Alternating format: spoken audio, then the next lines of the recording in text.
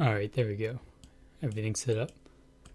So I tried to stream the other day and it didn't go very well because my internet kept cutting out. So I'm just gonna recap everything that I did in like the 15 minutes or whatever. I got like I think it was 18 mil from the merchant. I think it was core and all that I sold. So all of that sold. We have 79 mil now. Ripper Cross was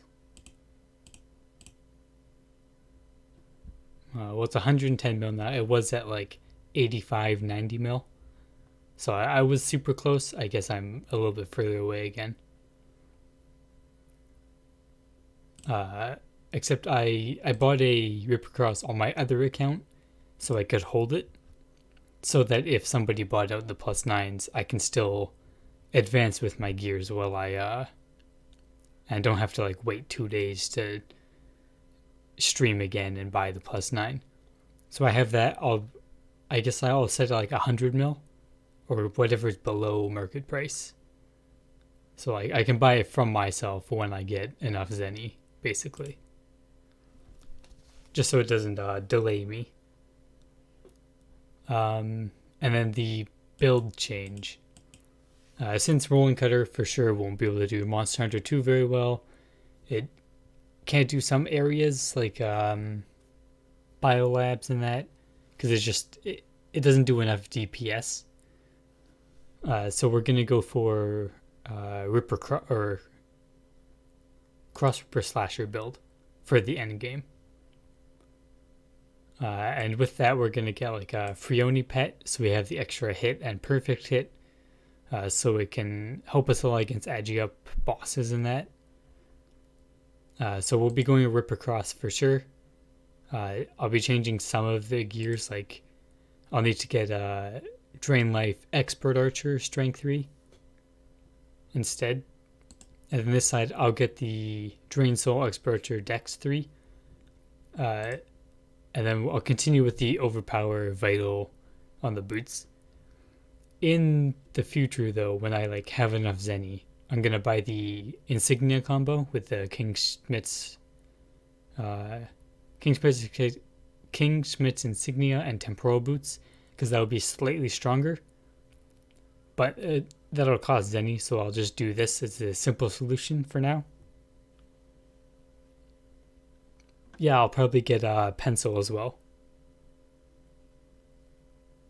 Because agi up is like super high numbers, so having that plus the perfect hit from Freoni, we should be able to obviously maybe not get 100% hit rate on everything, but we'll be able to reasonably DPS most monsters.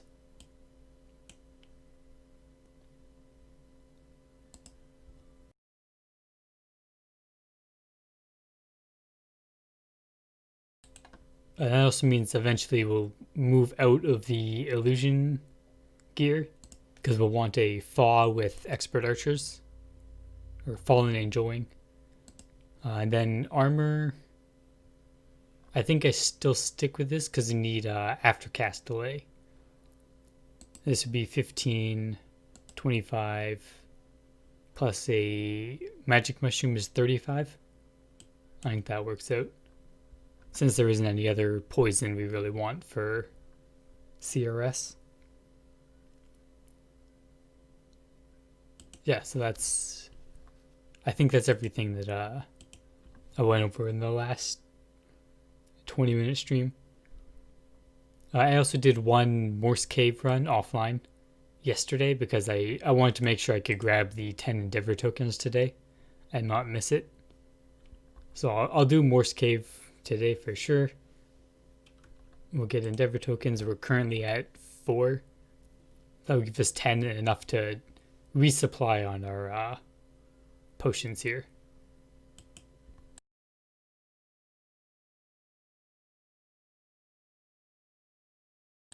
I guess to start, I'll start with the daily quests.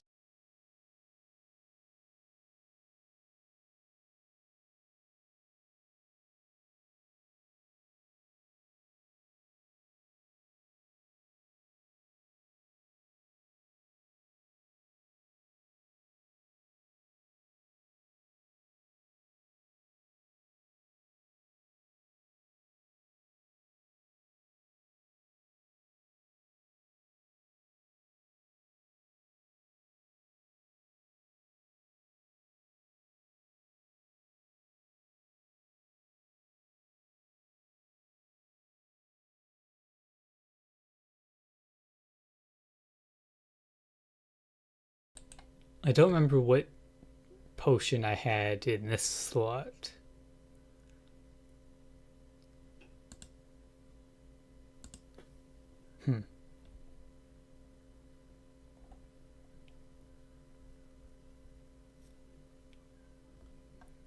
I think maybe it was the rejuvenation and the SP pot, but I don't really need those since I have Redward Hat and all the leech gear elsewhere.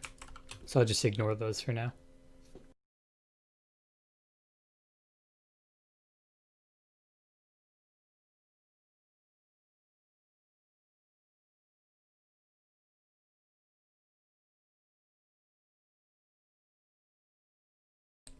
Magma 3.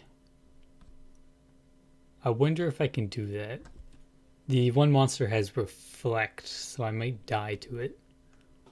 I can at least try it though.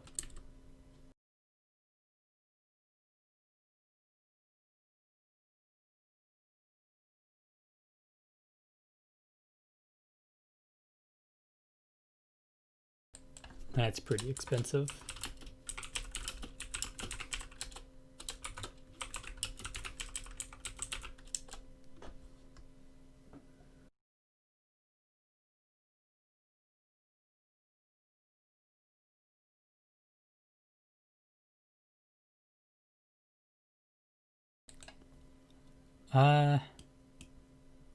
Yeah, it does a bit.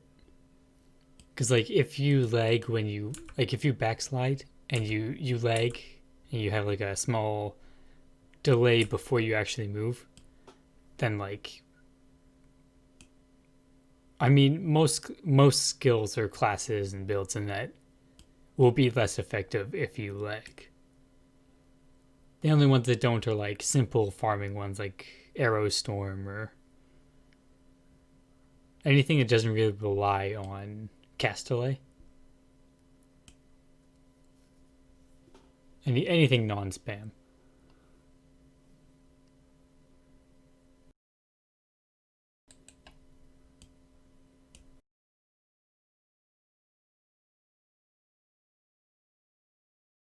We'll start with the Doulahans.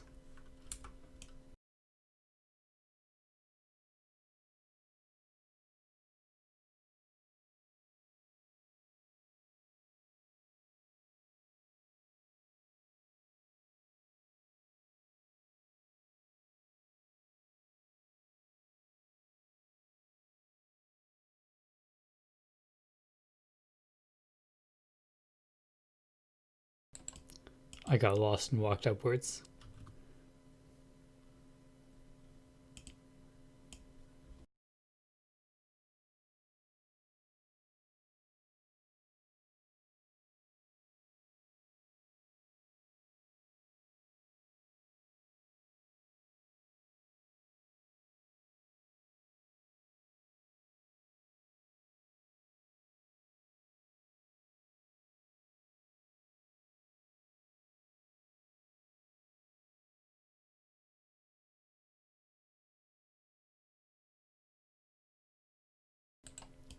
Rock Ridge until like 110, and then Varus Robots.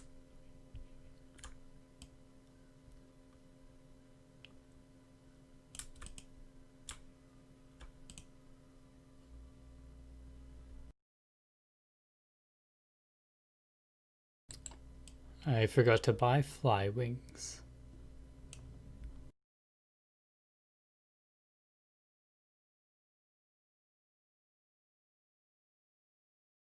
I guess I'll just use the infinite one for now.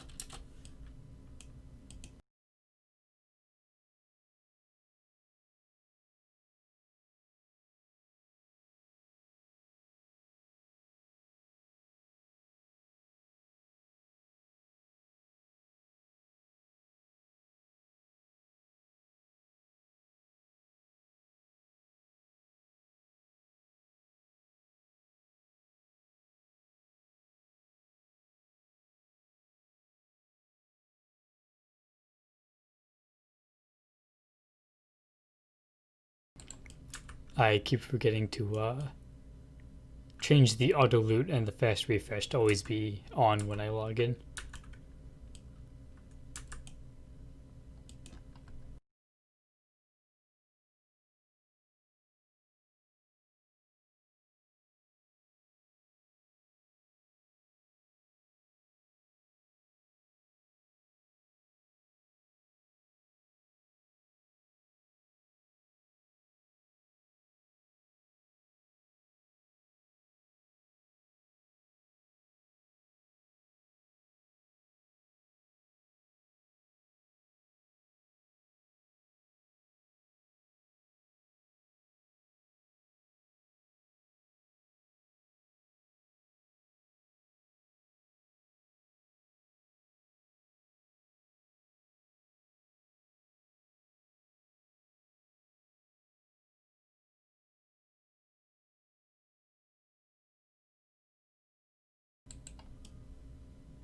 hate when I TP too fast.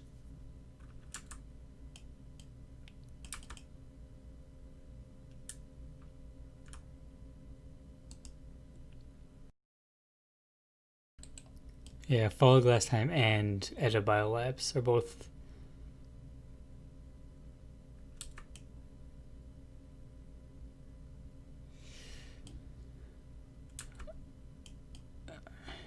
Yeah, the people inspecting weapons and looking at builds and that is kind of, it's kind of stupid. Especially because people expect you to have gear of places that you're trying to farm. Like Fall Glass Time, Monster Hunter, Bio 5. Like people won't let you in the parties if you don't have gear that's already from there. And especially with Bio 5 and Monster Hunter, is the gear is locked to that content. You can't buy some of the items. It's like you have to do it without the gear to get it in the first place.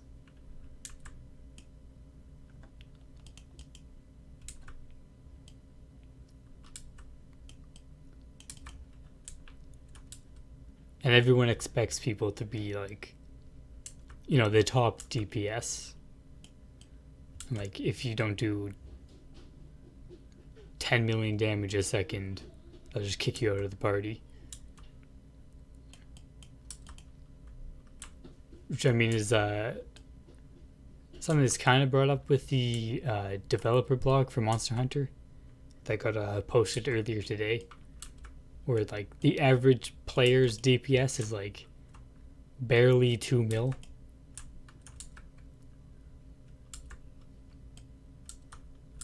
Because everyone expects that, and then people get kicked because they don't do the 30 mil DPS, or they can't get into a party because they don't do the 30 mil DPS.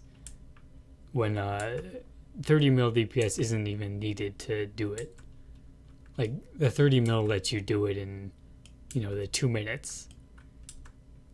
But like the content's not supposed to be done in 2 minutes. So like doing 2 mil DPS is fine. Like it'll take you obviously longer to complete it. But I mean that's how long we took when we first got released, right?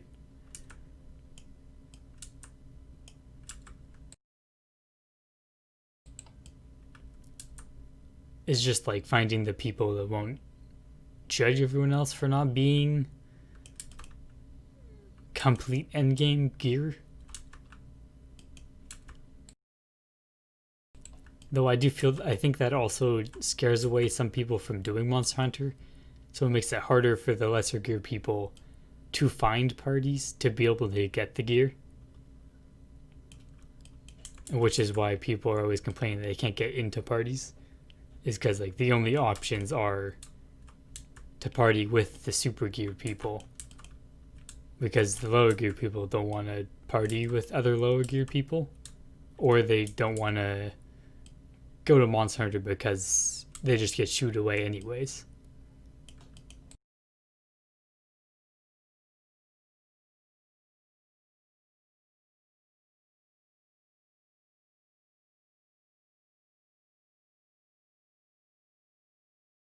Alright, let's see if we can farm those few mobs from Magma 3.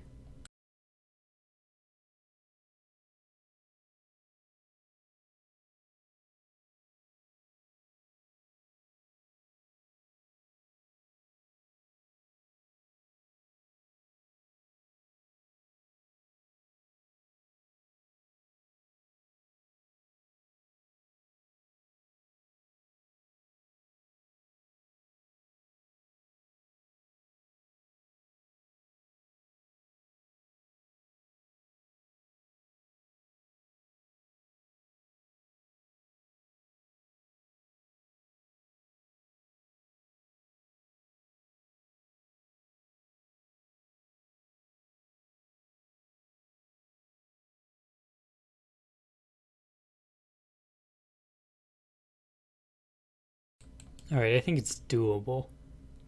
As long as we kind of avoid the explosions.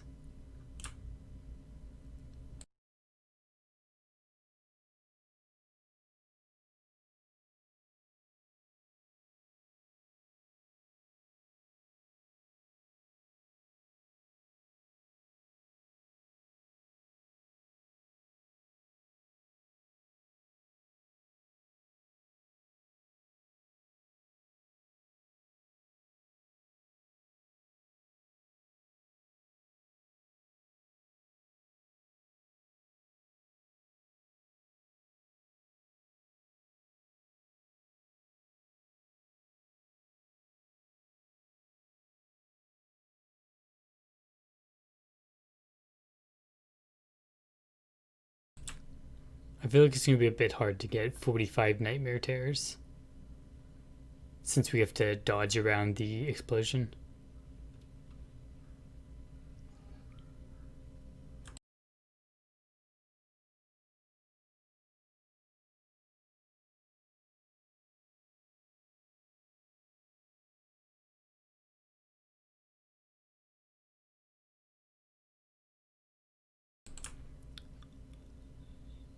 I think the GX nerf was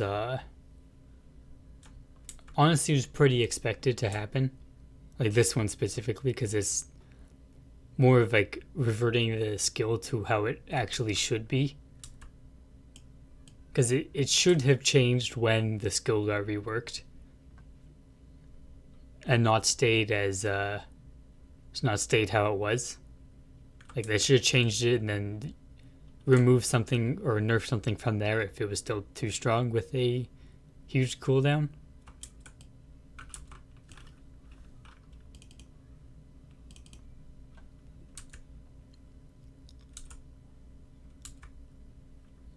And on meta classes are basically just is the classes that people look for that do like the, I guess, top DPS. So it's decided by the player base mostly.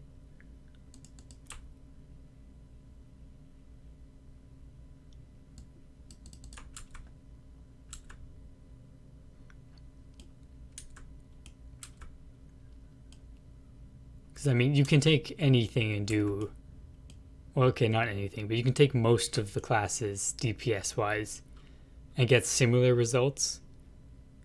It's just when like you, I guess, scale into like the high end game is when classes like GX or Rune Knight start outscaling a bit because that is what they're meant to do.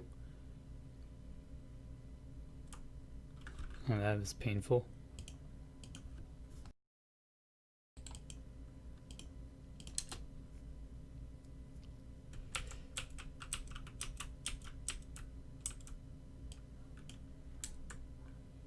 I think it's just like it's just people not wanting the non-top DPS, even though most of the DPS are viable. It's just how the community looks at the like each individual class for the role.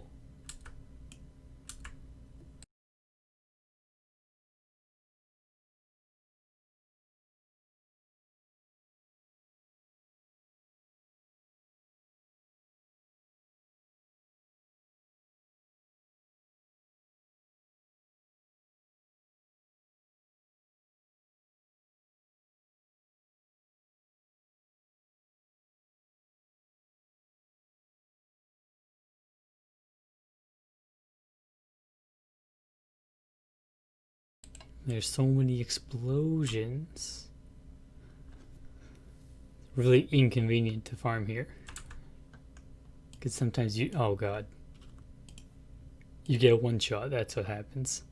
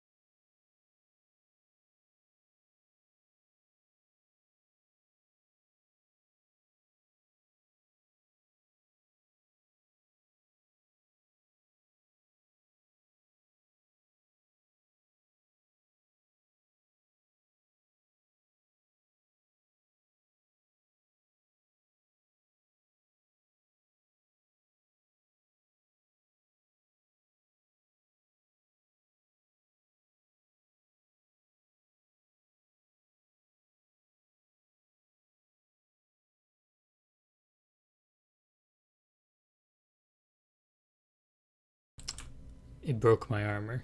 That's it's not nice. My DPS dropped so much.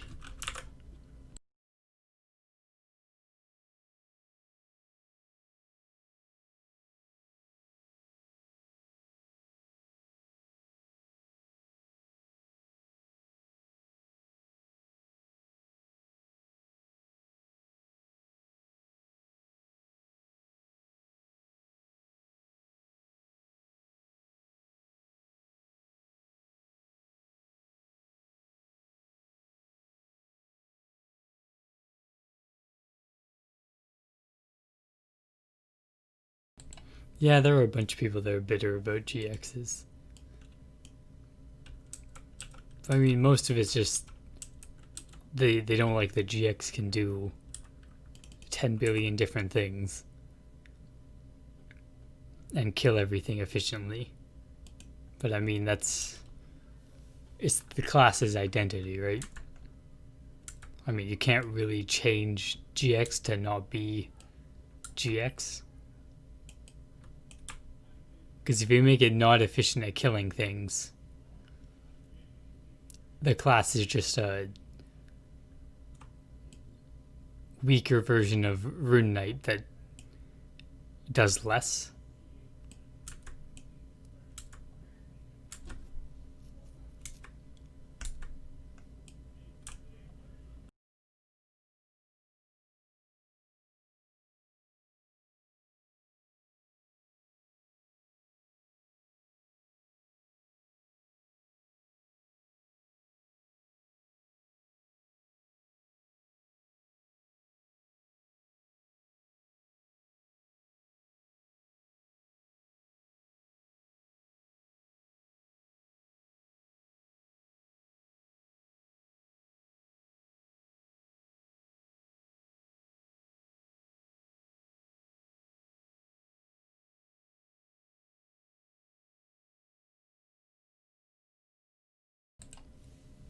Yeah, Bull Crusher's dropping because some of the people that played GX, because it was a big damage dealer, are upset or don't want to play the class anymore because it's not the top anymore. So they're all selling their gear, which lowers the price overall.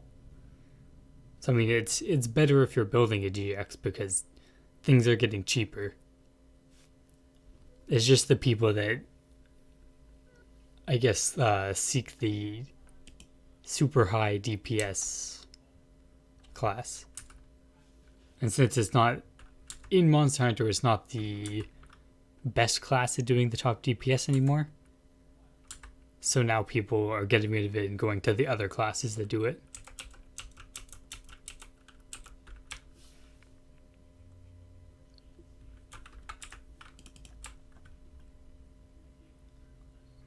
But I don't see the price going down like insanely more. Like it's definitely dropping, but it's not going to become nothing, right? Because there's still GXs. They're building gear and trying to play the class.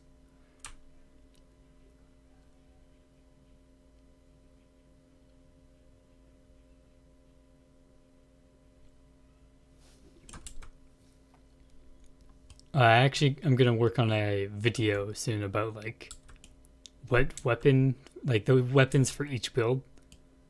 Cause like Rolling Cutter, you start with the Earth Thanatos, and then you go into a Juliet to Rachel, and then from this point, I think it's from this point that you decide like which weapon you need for the endgame build you want. So if you're gonna build Cross Impact, you build Bolt Crusher. If you're gonna build Soul Destroyer, you either go Bolt Crusher or the Edda Daggers, depending if you want crit or non-crit. For Cross Ripper Slasher, you go Ripper Cross. And Cross Impact can also go with Agudo Philo. And then Auto Attack is kind of doesn't exist anymore. I don't know what Auto Attack would actually go for. If probably Agudo Philo, because they use the Dark Claw. Then Counter Slash, you can use the new Metal Detector daggers because you can get Aftercast Slay when they're plus 11, or use Vicious Mind. Even though that build's also not in a very good place still.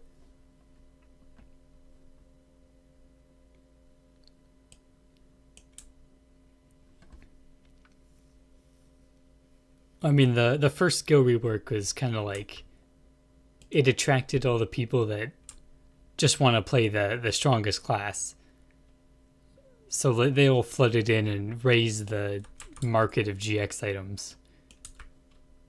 And now that I guess a bunch of nerfs have been applied and it's kind of calming down on the top DPS area, then all of the non-GX mains are switching over to the next thing, right?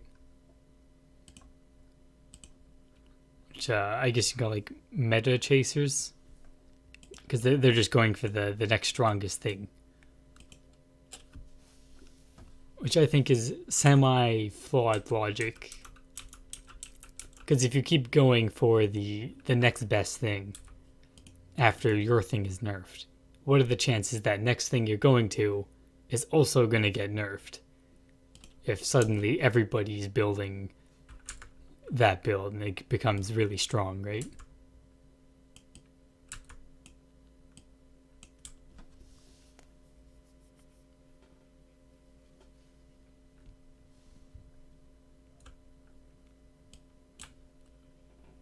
Yeah, the nerf to Monster Hunter definitely helps the GX market.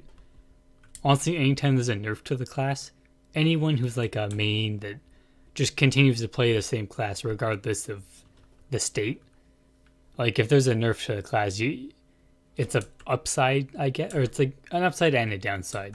Because downside is your class got nerfed, but the upside is everything's a lot cheaper now because everyone else isn't creating a demand for your items.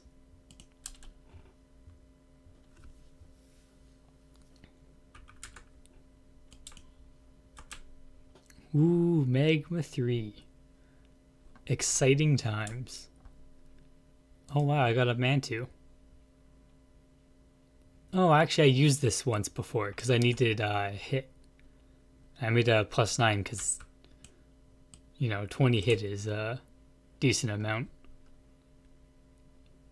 It wasn't worth it though, it never worked.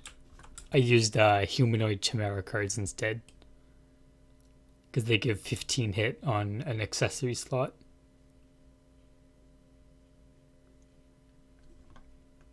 Yeah, exactly. So if people go to Rune Knight and everyone plays that, and Rune Knight's the top DPS now, right? So when that gets nerfed, I mean, the Rune Knight market's going to go down a bit too.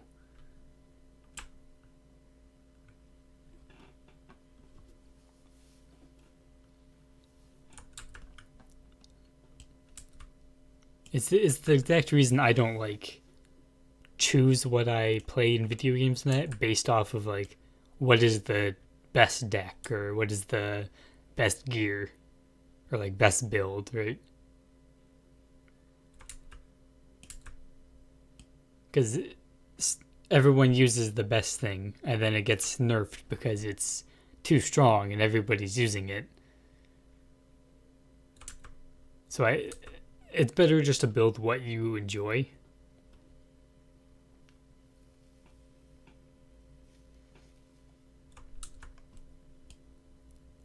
I mean, Dorm is really good DPS. And most people don't, I guess, I don't know if they don't know about it or they just don't really acknowledge Dorm.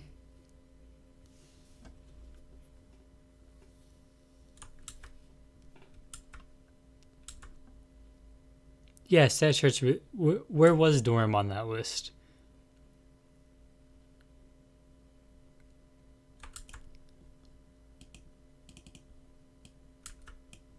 I mean, Dorms do like, they're okay DPS, and then at the halfway point of the monster's HP, because they get extra piggy peck damage, after the monster's at 50% or less HP. At that point, that's where their DPS excels and goes up. So like overall, I guess they're kind of average. But the faster you hit the 50% mark, the faster the Dorm's DPS skyrockets.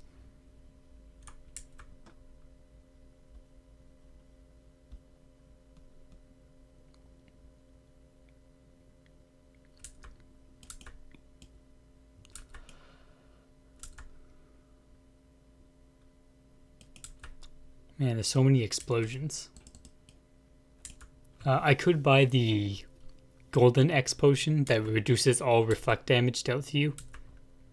But I think it's too much Zenny to spend here.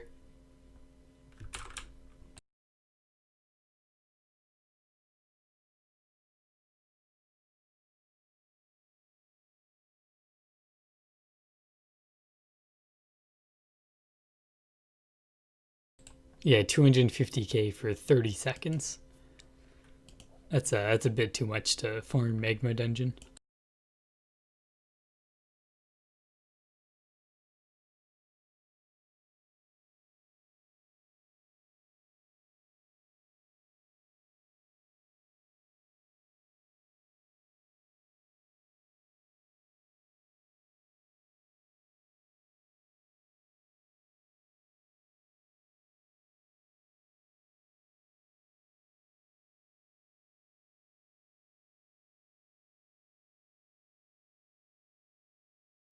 Alright, we got the golems complete.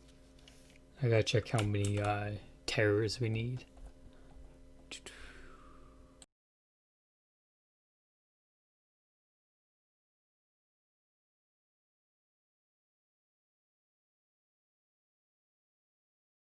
I don't think they're in here.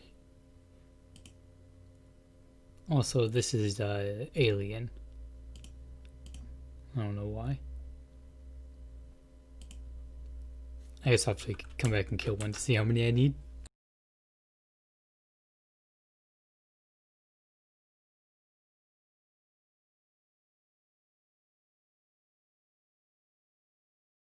Oh. Apparently I just completed it. Never mind.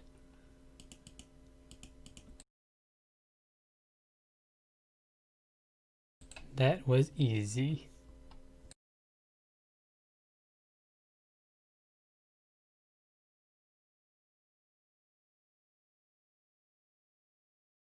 And we got a lava leather suit.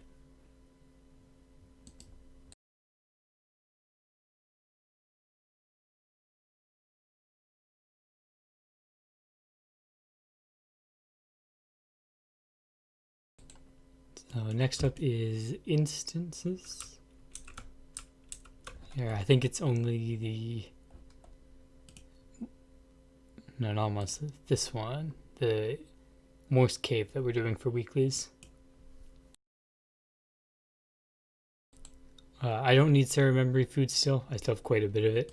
So I'm just going to start on Morse cave.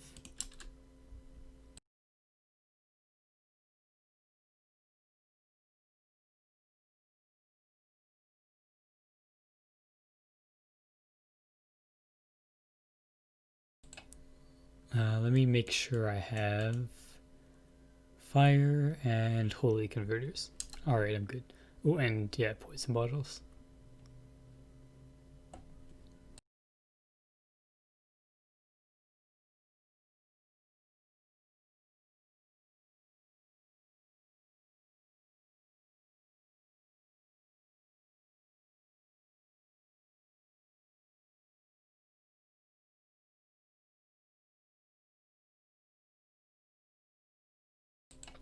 I guess I don't really need 83 luck. I'd probably go 110 agility, since agility does help CRS damage. And then keep 110 dex. Maybe just 100 of it. And then invest on luck.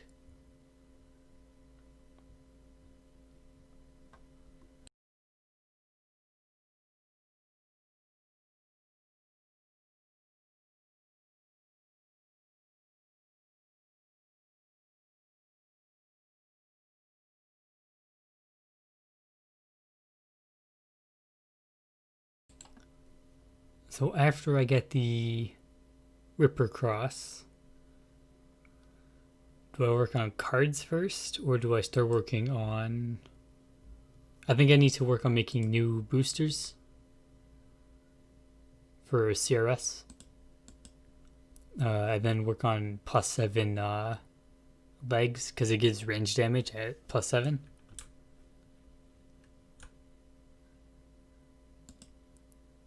And then this doesn't need... They'll be using a Fawz eventually. So I'm just keeping this for Castaway for now. Until I get +9 armor for the 15% from it.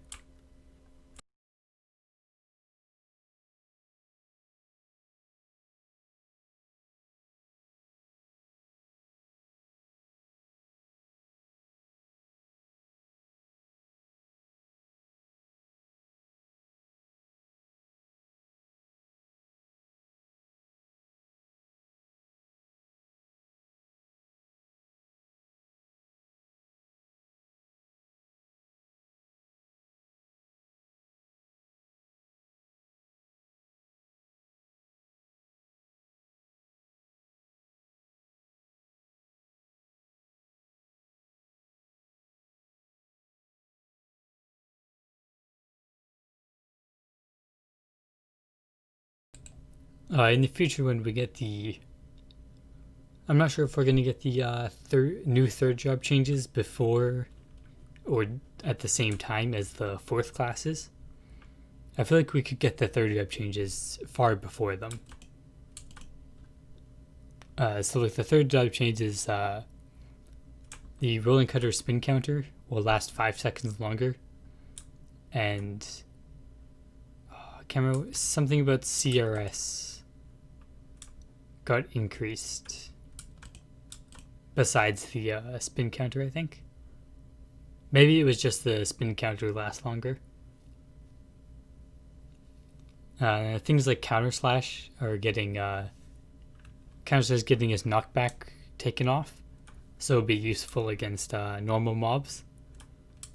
So eventually that will become a real build again, but it still won't be good in Monster Hunter because weapon blocking has a 10% chance. Unless they decide to undo that.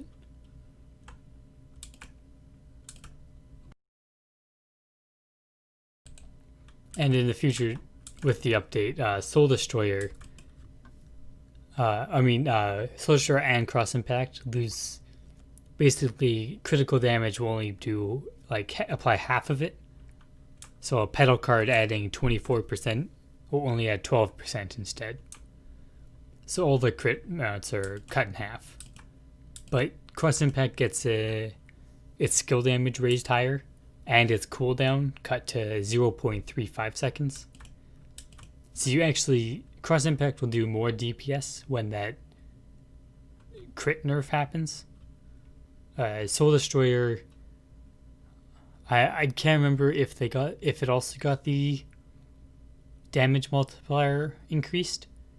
But it's having I think it's an increased cooldown, and its range is being set to 4 instead of 9. Soul Destroyer is getting nerfed overall. Oh, that's what Crossover Slasher's after cast delay is being set to 0.3, and its cooldown is being 0.15 or 0.2. I can look up the page later to clarify it.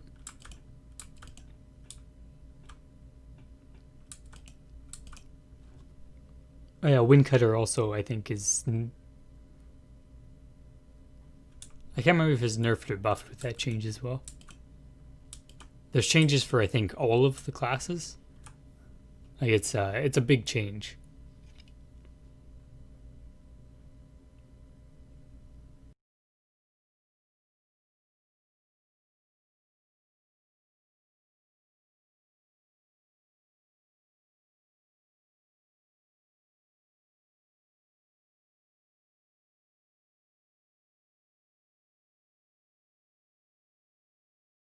Was it buffed? All I remember is something about the Oh right, the cast delay and the cooldown was changed.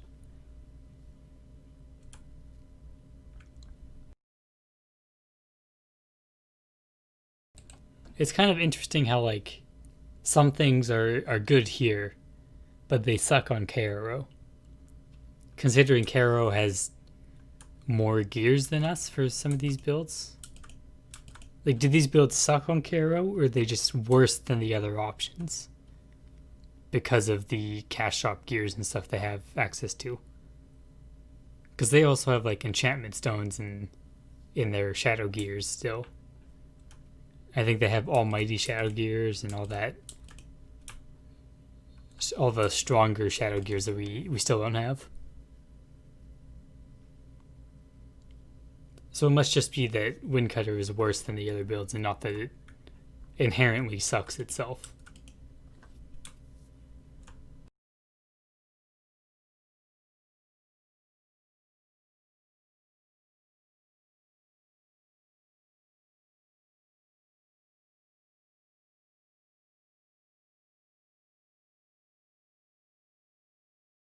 Alright, this part we need Holy, and then the final boss we need Fire.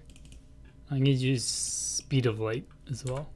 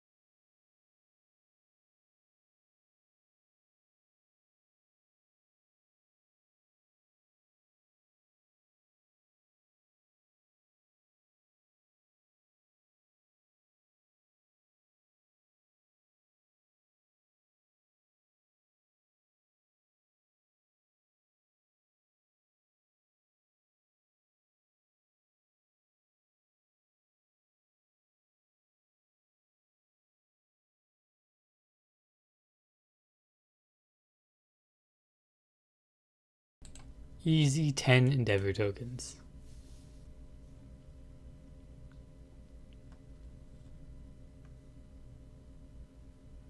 Wait, you can't hear the BGM?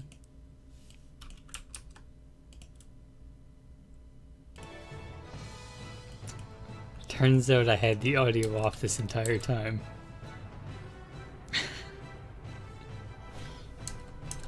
I didn't even realize. I turned it off because I was recording a video earlier.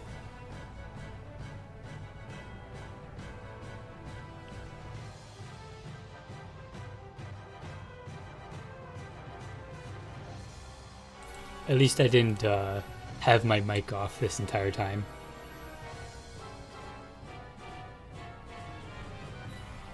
That was a sad stream when I did that. Wow, we got 2 decent gears. Kind of irrelevant, but decent.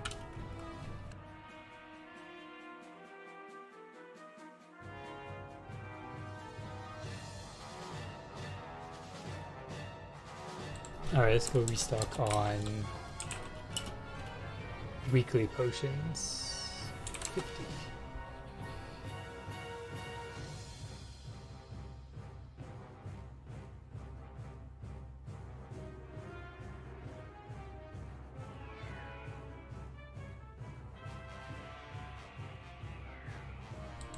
I mean, quite a bit of the RO music is like relaxing.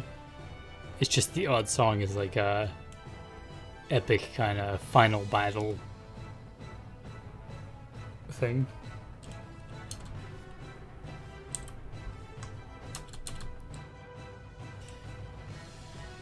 So we need Sacred Draught. I'm gonna skip the rejuvenation and the energy box. I mean, if I had extra tokens, I'd probably buy them, but I'd rather just save my stuff for later on. This is good when I actually start using Ripper Cross for actual DPS because of their range damage, but for now I'm only using Rolling Cutter, so it only gives HP SP and it's not that impactful. Limited Power Booster. I don't use this because it reduces your HP SP. I just don't really bother with it. This is a good option if you need 5% variable cast time. I don't use that either. Wonder if there's any headgears that would be good to use. His fancy feather hat isn't bad. I mean, I need to get the Bio 5 hat for Crossover Slasher though.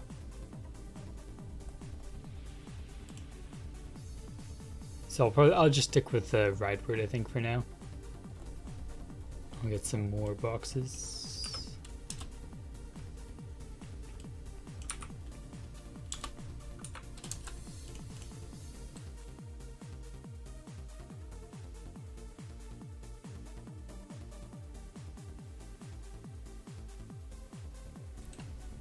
Well, I mean, some of the techno ones can be relaxing.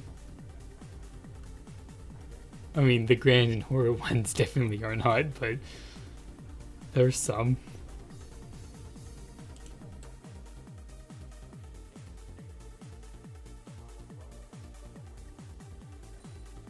Whoops. Alright, I guess I used one. That's, I mean, ignore the 2 extra of this potion, but it's 11 hours of potions I have now. And I still have 9 Endeavor tokens. Over time, you'll continuously gain more and more tokens that you won't need to use. And you can save them or use them for other classes. Or find other items from the shop to buy. I guess I'll continue with instances. Central Lab is next.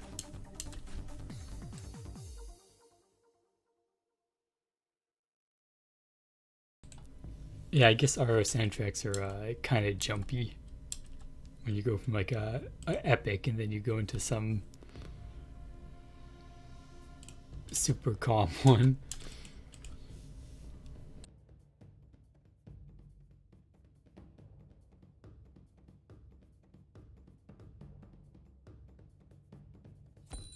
Or the quiet ones into loud ones.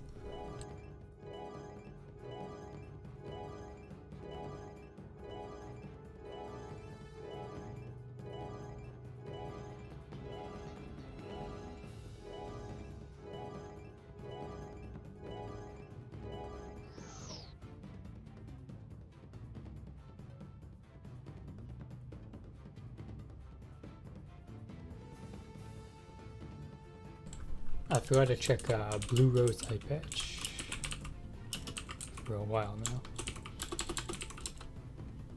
Nope, still nobody's selling it.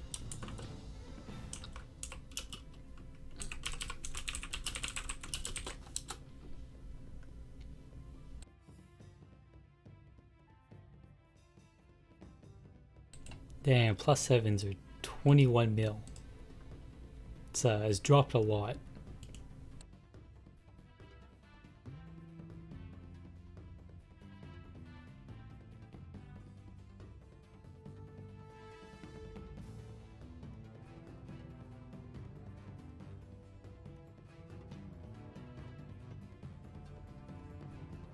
Plus 7 is 20 mil. Plus 9 is 150 mil. I don't know about that math.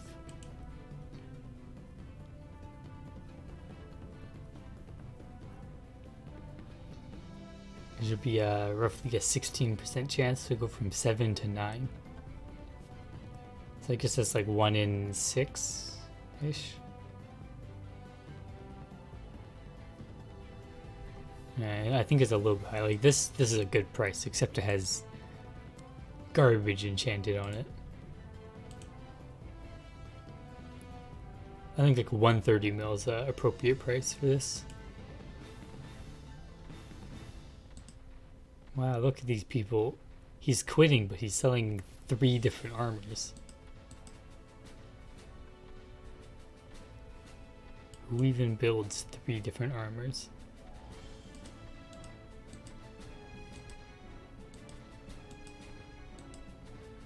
It's like 250 mil still for double power.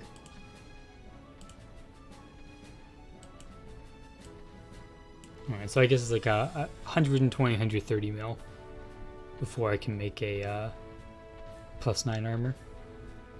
Unless I just want to refine it myself with BSB, which I might do. Only if I get the power modules first, though.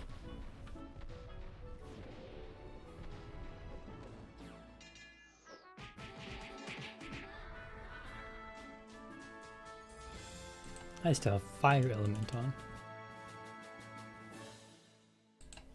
That could be bad to some MVPs. Very awkward.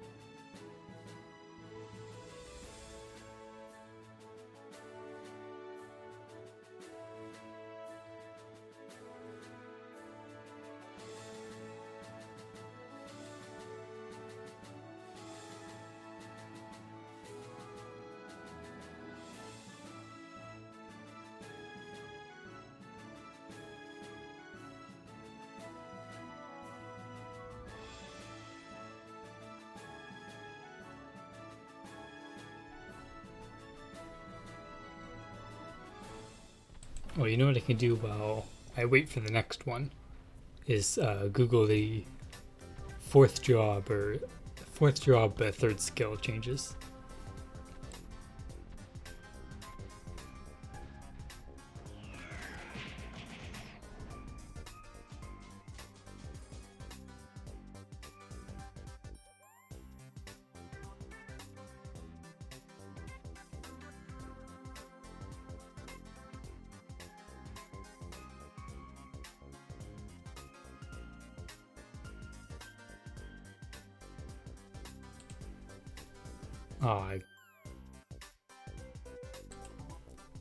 If I press the back button that I use for turning on and off my microphone, I still have, for some reason, registered to go back a page. And that's very annoying. I guess it's on... maybe it's on the last page of here. Yeah, this is it. Job Improvement Bundle. Yeah. Windcutter increased cooldown. Reduces the cast delay by 0.3 and reduces SP consumption. So they can spam it less overall, but it's easier to get the max spam now. And don't we use 0.2? Like, do Rune Knights actually reach this number? Because I mean, if they do for the DPS, then they might actually be losing some overall. But it's also a bit easier to get down to this number now. Dragon Training increases the Dragon Breath skills. And then Dragon Breath get a huge boost, going from base level divided by 150 to divided by 100. So at level 200, you basically have times 2 of your skill modifier. Storm Blast increases by 600%. Ignition Break reduces area. I'm gonna kill this first.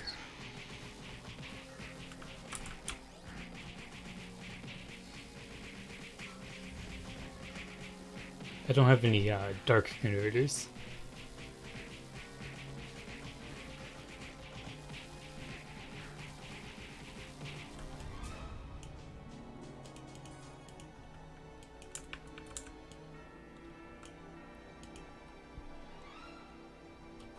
There's events going on, and I would like event tickets. So I'm gonna go run over there and start getting some tickets. Ooh, it's find pouring.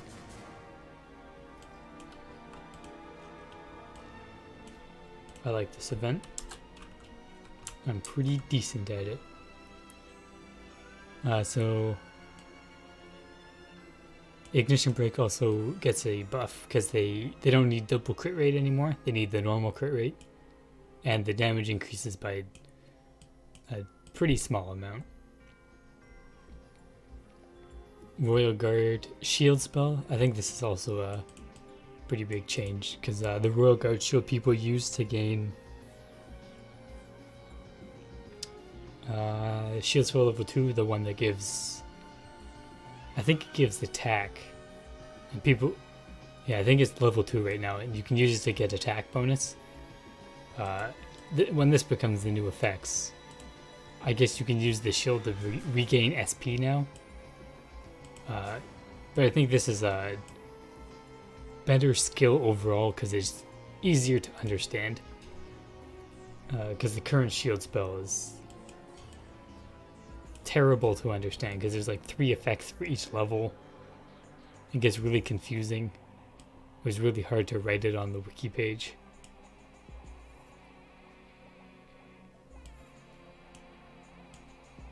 Man, I started late because I wasn't paying attention. Yeah, it's a nerf buff.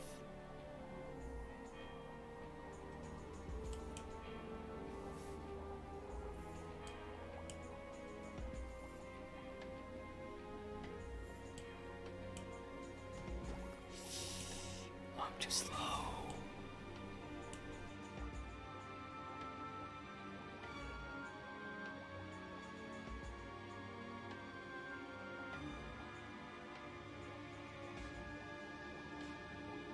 I take it back, I'm terrible at this game. Oh, I think that's a JJ. Yeah. Ooh, 4 tickets. Jesus. That's a lot of tickets. I thought they only provided 1. Papu ring. I always laugh when I see poo-poo rings. Because I am immature and it's hilarious.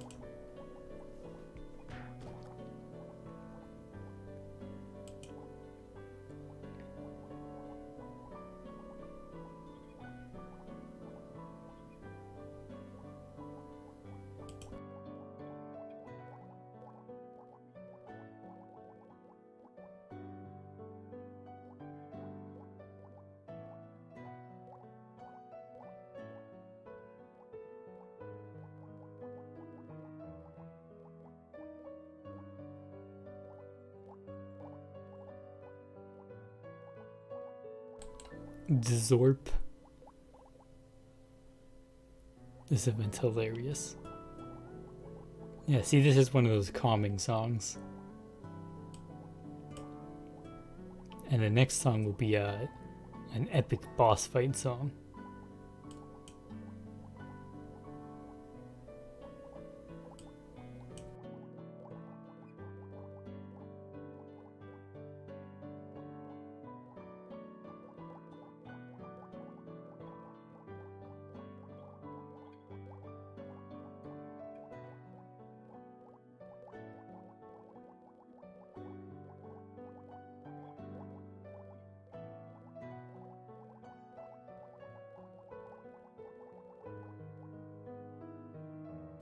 Damn.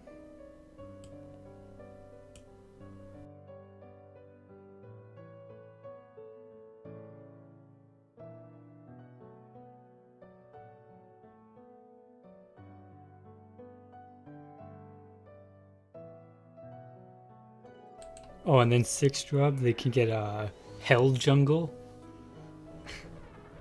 And then by 7th drop, they'll be able to create planets.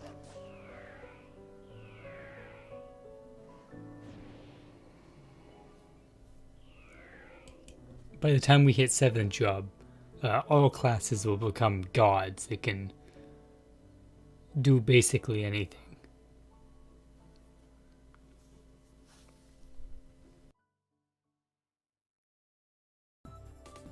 GX will be able to assassinate multiple monsters on the map just by pressing like a self skill. So it's like rolling cutter, except you just kill 5 things. It ignores all defense and any skill stuff. It just kills them. Rune Knight will just be a dragon. They won't even use swords anymore. They'll have different skill trees for different elements of dragons.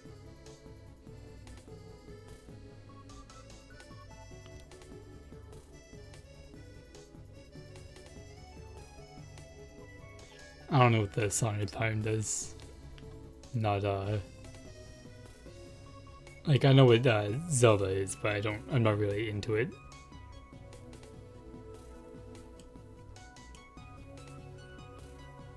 Mechanics will they'll build vehicles like cars.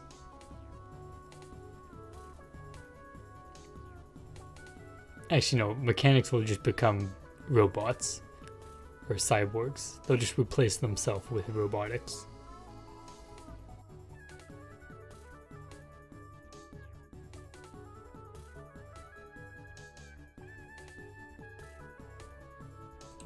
Shadow chasers will become shadows that live between worlds.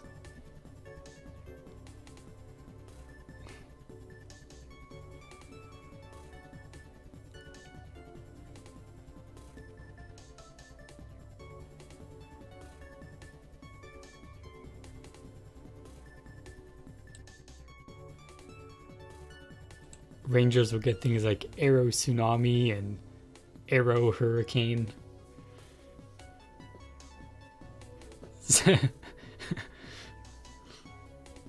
Yeah, all the other classes get to become gods, but Royal Guards, they just become king.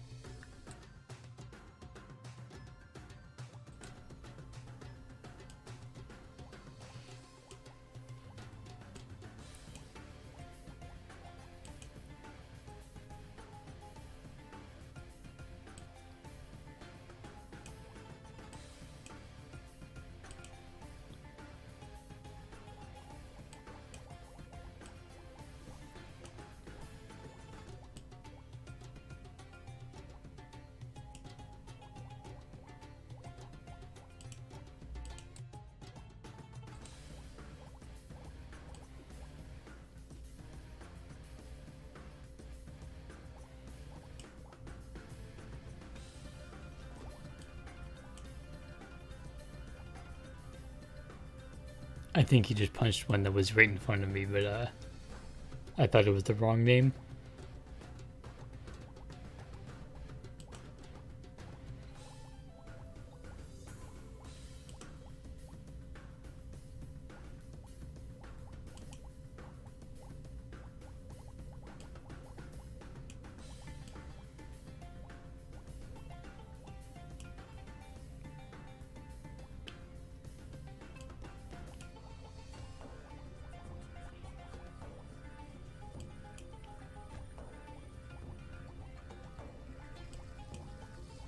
This event's too hard. I demand a refund.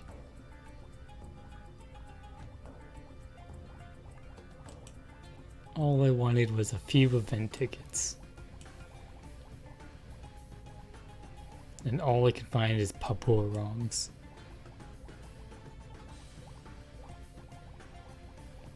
And Poings. Ooh, pouring.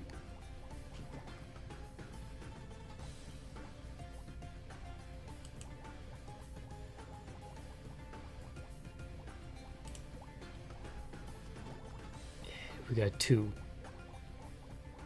I guess that's average.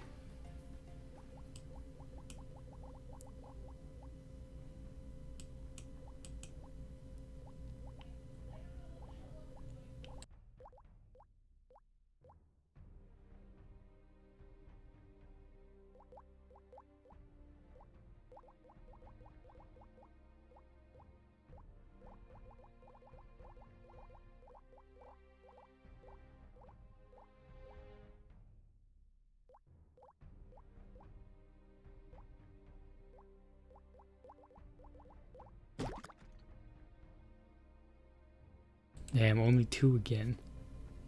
I mean, that's 1 gamble, so... Because you need 15 for the Blue Rose Eye Patch Egg.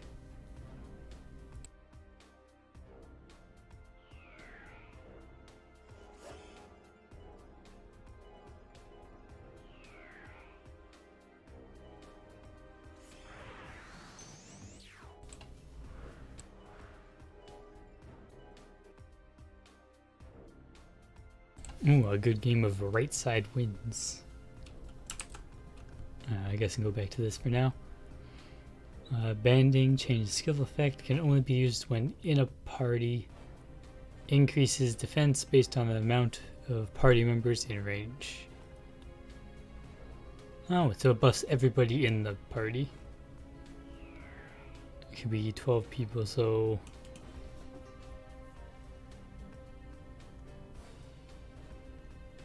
That's 30 defense per party member. I mean, that's quite a bit of defense. Even like defense isn't like super impactful after a certain point, but I mean it's still quite a bit. Removes cascade, deals more damage when under inspiration. Earth Drive removes targets defense and attack speed reduction. Removes shield destruction chance. Improves damage, replaces shield rate and shield refine with skill level and user strength and vit. That's... I mean, it's probably better for the skill to base off these factors, but I think it was pretty unique of Royal Guards, Crusaders and all that skills to base it off of like the shield stats. I guess there isn't many options though. Ooh, no, I gotta go to the right side. We will sit right here. And we'll take the free win.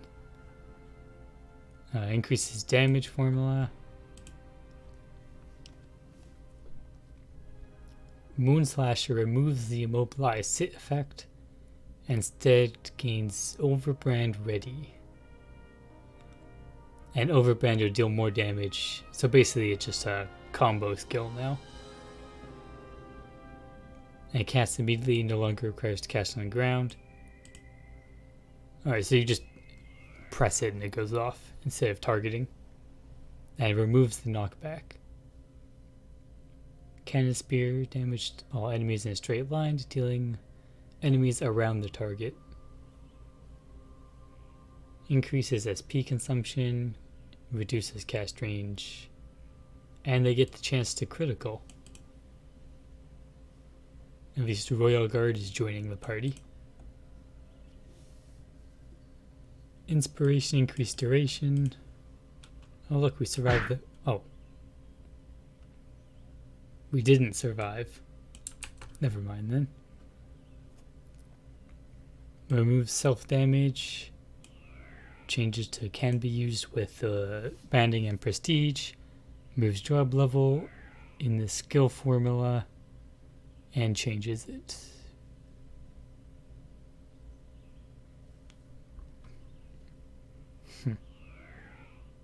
I think that's a buff overall. I mean, the XP cost wasn't really relevant anyways. I think it's the same with Redemptio. Is like the XP cost of it is more or less it doesn't exist. Genesis Ray removes HP consumption, increase SP consumption. Change skill logic will be cast immediately, no longer requires to cast on the ground. Improved damage formula, damage is increased by 300%. And damage increased depending on the caster's int. When under inspiration, increases to 3500%. And changes to neutral property. Not bad.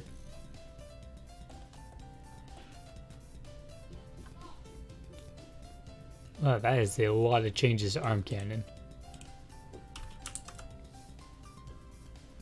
Reduce fixed casting time. Reduce variable casting time. Reduces cooldown. Improves damage formula. Oh, it removes the damage depending on the target size. And improves the base level modifier. And cast is now 9 cells. And every effect is 5x5 on level 5.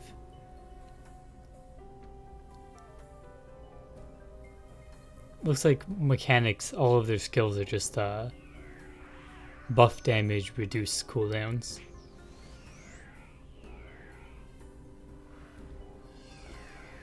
I guess that will help mechanic be a more DPS focused class. Wait, what one was really relevant?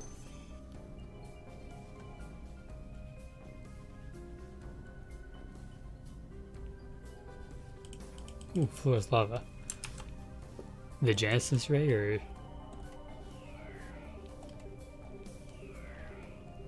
genetic stuff. Cart tornado damage. Oh boy.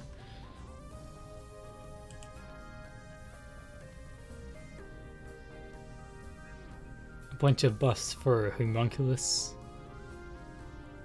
I don't know how relevant Homunculus stuff is. Cart Cannon improves the damage, but it doubles the influence of int. That's weird, because right now it's int's like 1% skill damage. So I guess they'll do, or I think it's 2% per int. I actually don't remember. It's either 2% or 4% it'll be changed to. Either way, I think it's 2% now, it's going to 4%. In which case, that's a pretty good buff. Alright, we're at 17 tickets. Let's see if I can get... I don't think I can get 13 out of this. That seems like a lot.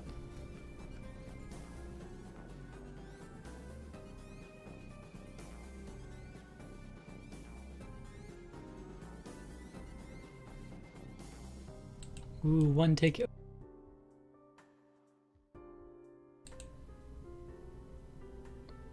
I didn't mean to stop moving there.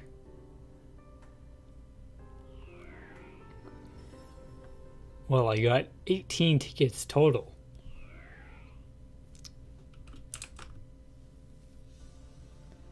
But, yeah, no, that's... Homunculus. XP is reduced. Increased bonus HP and SP. Gain from all of the things. Maybe they'll actually be able to tank damage now instead of just dying to one hit. Bloodsucker reworks to give a buff to a party member. Oh, Bloodsucker becomes literally just a leech item. 9% chance to restore 5% damage as HP. That's a big number. That's like wearing 3 Bloodsuckers.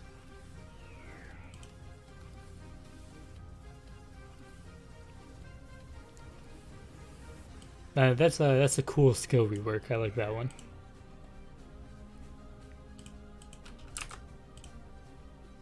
Spore Explosion removes primary damage.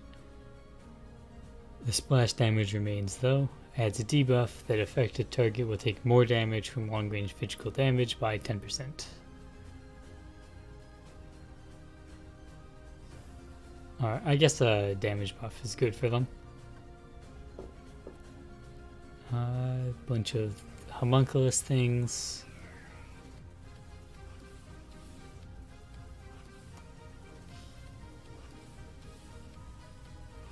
Painkiller. Increase maximum duration. Removes attack speed penalty. Can be cast only on the owner. Nah, that's good.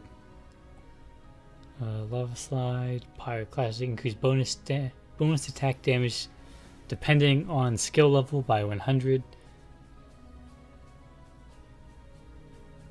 Removes Fire Endowment and Hammer Fall Autocast. So... Wait, isn't the homunculus skill already higher than 100? Or maybe this is just the skill level bonus. And then it's also adding the level bonus.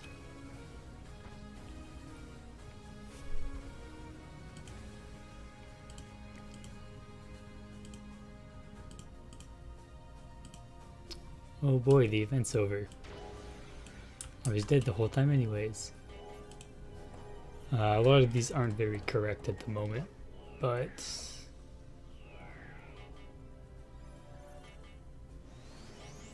Oh, I see. So it's increasing this value. So I guess it'll be 20 at level 1, 40, 60, 80, 100. So it'll be 100 plus homunculus level, which is 175. So it'll give 275 attack at max level.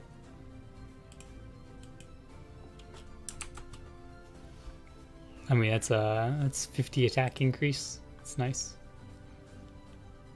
Also, I think we already removed the fire endowment. Or unless... Yeah, I think we already removed this.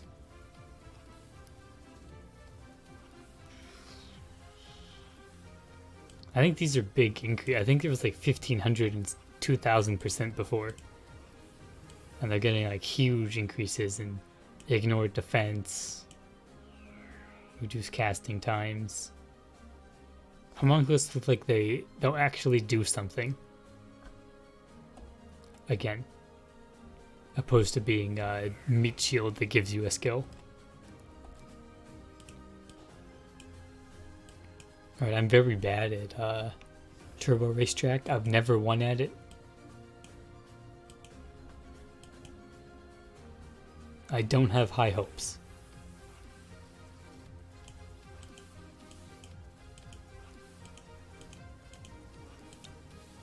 I always fail in these early areas because I fall off.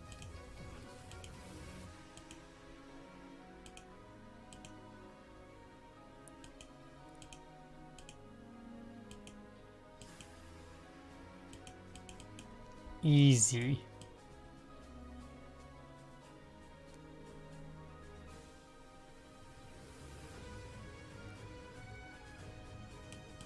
What the hell? Wait, why did it teleport me?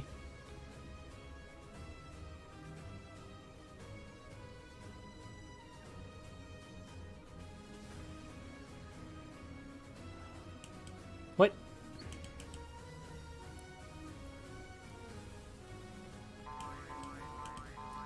Why does it keep doing that?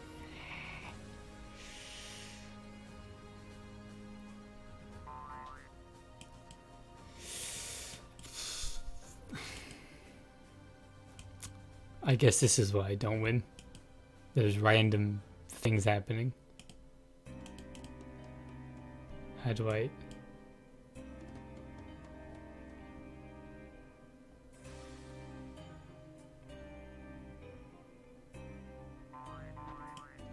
There we go. Now we just gotta get past the status effect desert.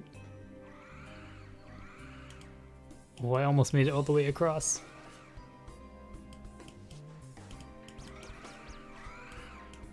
Well, I made it cross, but I froze at the end. Oh no. I don't have gray maps, so I actually get blinded.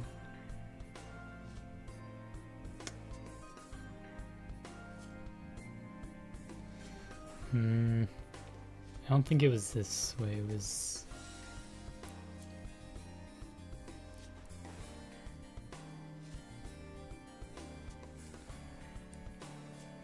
I don't even know where the portal of this room is.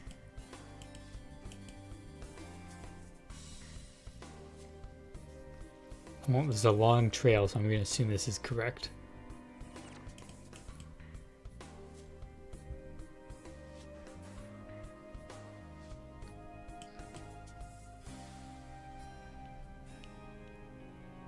Ooh, look, a portal. Nice. You want to eat this mini game? What?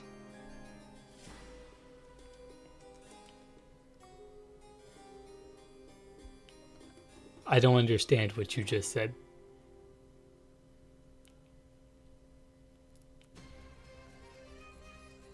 Ooh, this is a good song.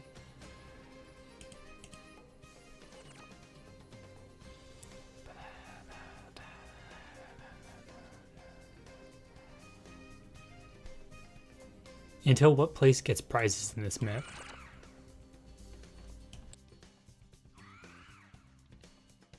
It better be to like 100th place.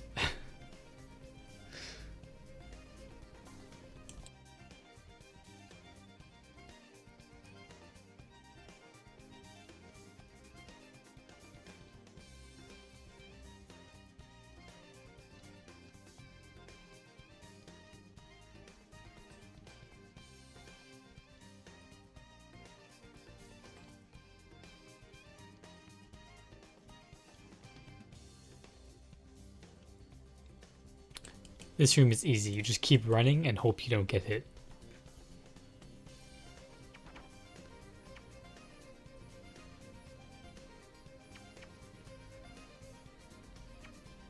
Or you just have high flee.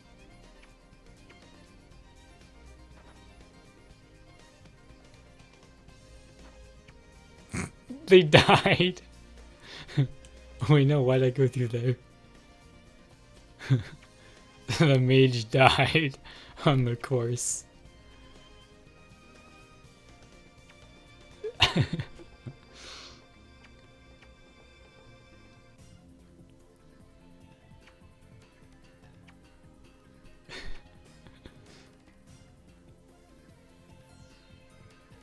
Oh, they're already at 21st place.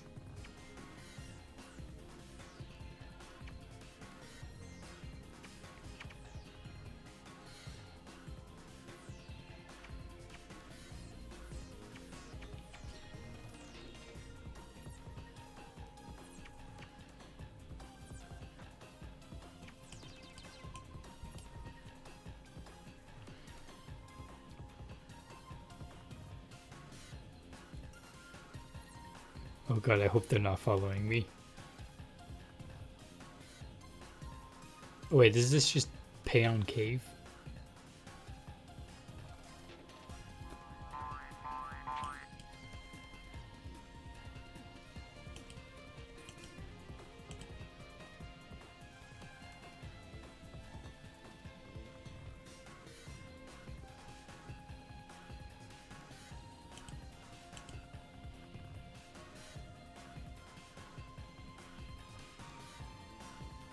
I hate these kind of mazes. They're the worst.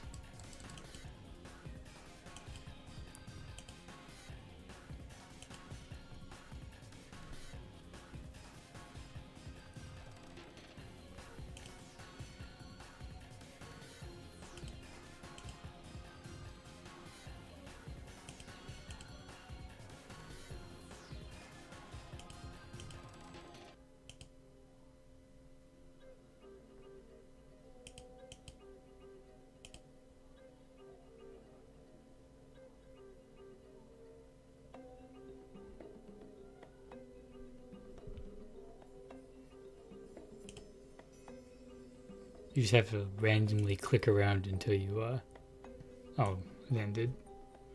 Sad. Did not make it to the end.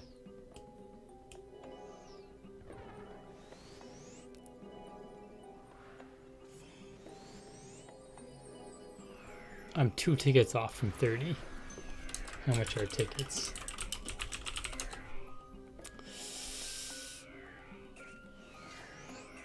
Alright, I'll buy 2. Wait, actually, I should see if I have some in storage still. Before I go and spend Zenny. Event? No, I don't have any.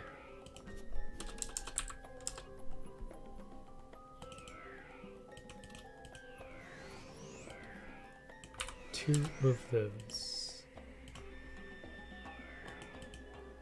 Oh, let's go open some eggs.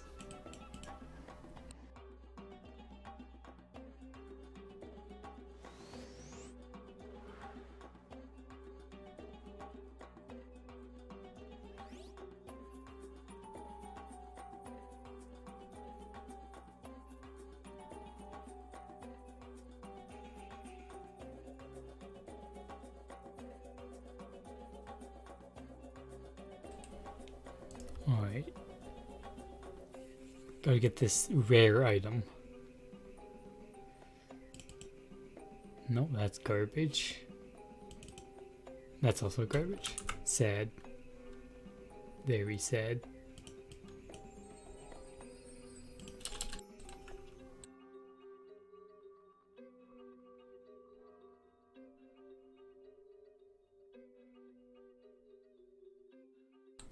I gotta reopen my egg, my pet egg, as soon as possible. Because the last time I did events, I sold my pet.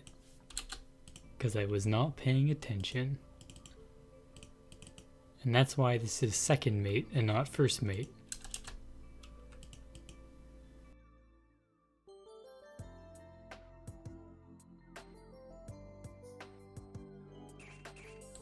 So I guess I'm gonna check old last time prices. Hi, Mom.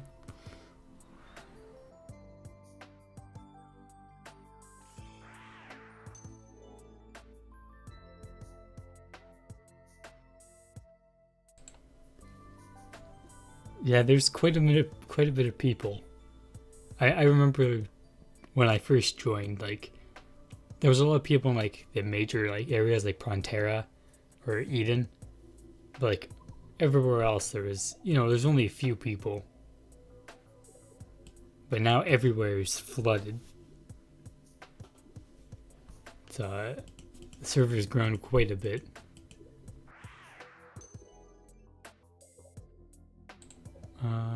Old last time prices.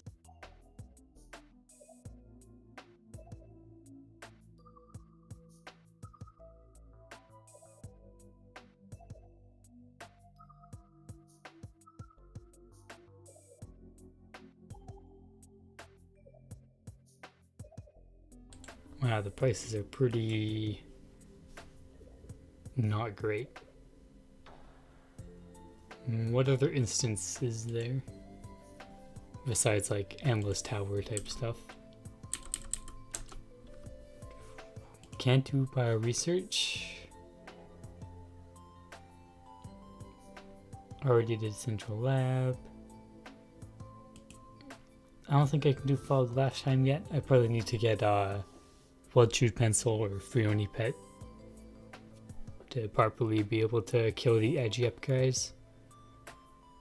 It is not Friday today. I still haven't been able to get the Friday instance done.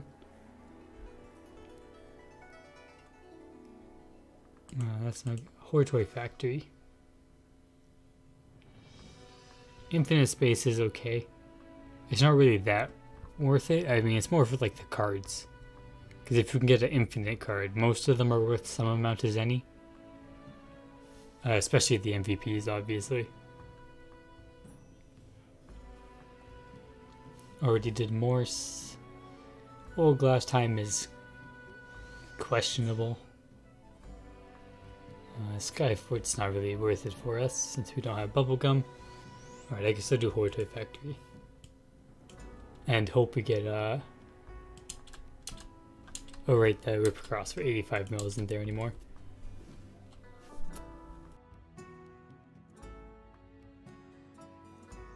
Man, if I was able to actually stream the other day, I 100% would have gotten that 85 mil ripper cross. But internet is stupid, and sometimes it doesn't work.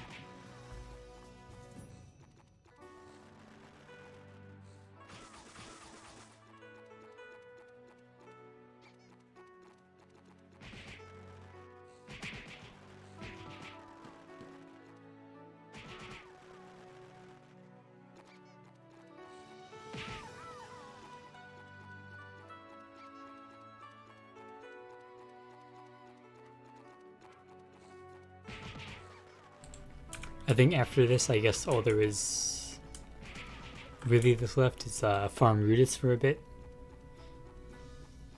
And start working on trying to get +7 armors, or like the +7 legs. And getting new boosters.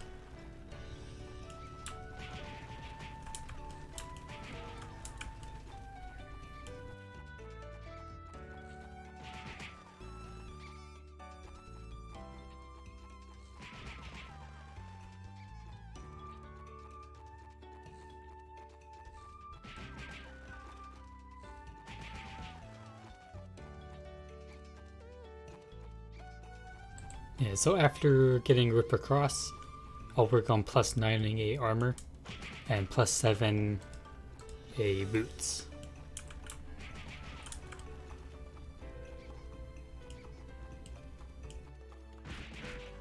I think I'll just try to refine my own armor. Like, I guess I could buy some of the, or save up and buy cheap +7 armors and then refine them from there. I then just use my core cores I get to try and make +7 gears. I guess if I'm +7ing the gears, I don't have anything to sell.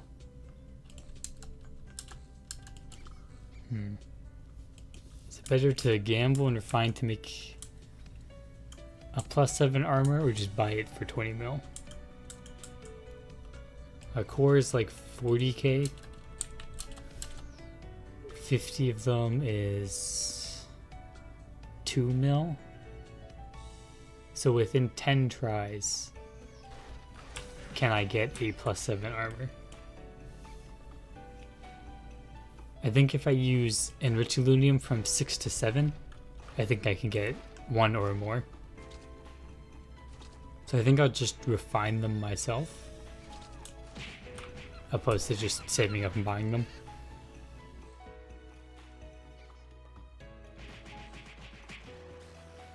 Refining stuff might also be a bit more entertaining than just farming to buy.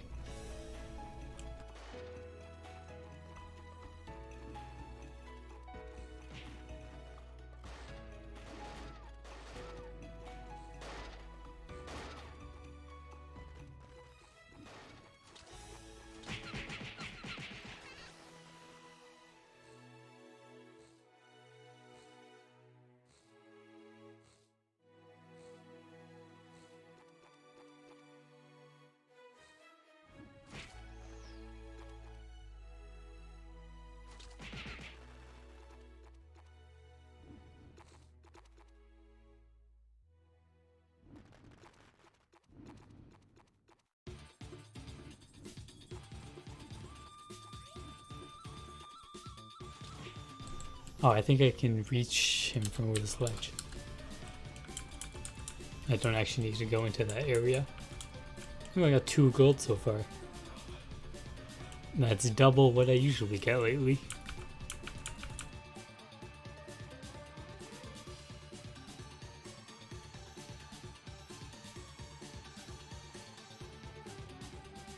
Alright, well, we'll wait for them to talk. I'll go over the GX stuff. This one doesn't affect us.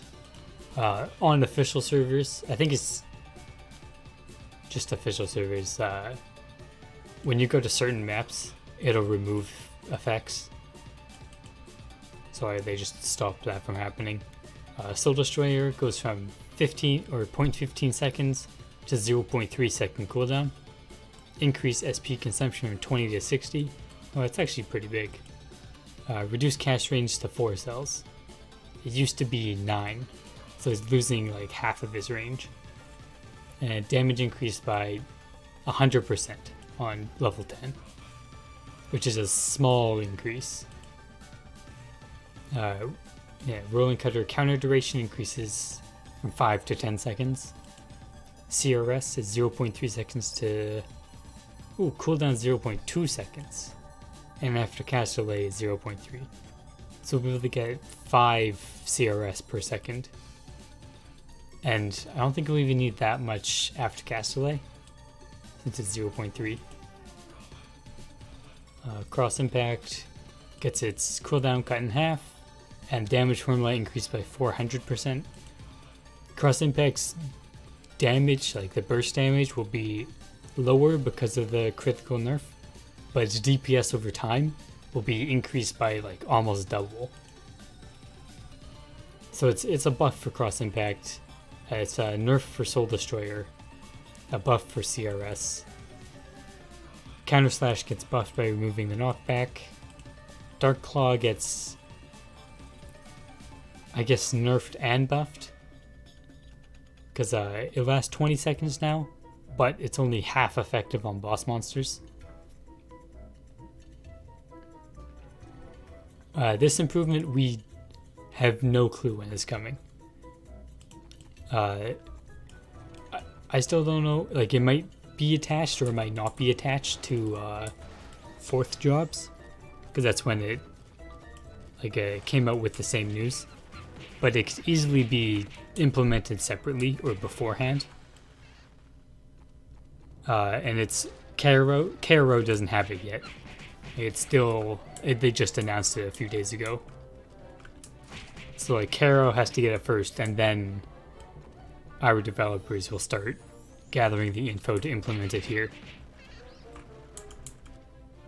Imagine not using Dark Claw on monsters. Or on boss monsters. I mean, sometimes boss monsters are dead before Dark Claw even needs to be put on them. Oh, but the thing about Dark Claw is it's 20-second duration now.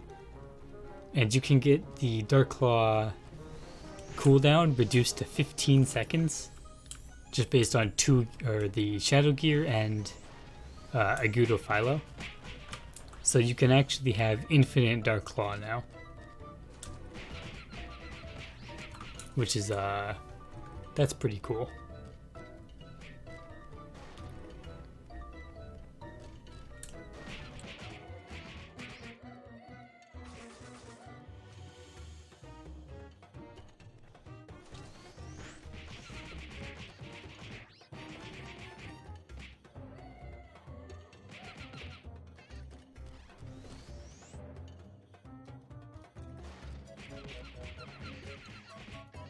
But if those changes are being stuck with the 4th job classes, in the video that Gravity released, they said they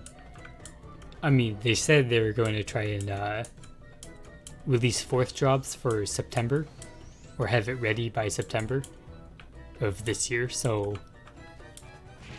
at least by September, well, at least we'll know if we're getting the stuff anytime soon. Because if Gravity does release it by September, it'll be at least 1 or 2 months minimum I think before we start getting any news of us getting that content, because like they have to release it there and then our people go there for the info and then implement it here.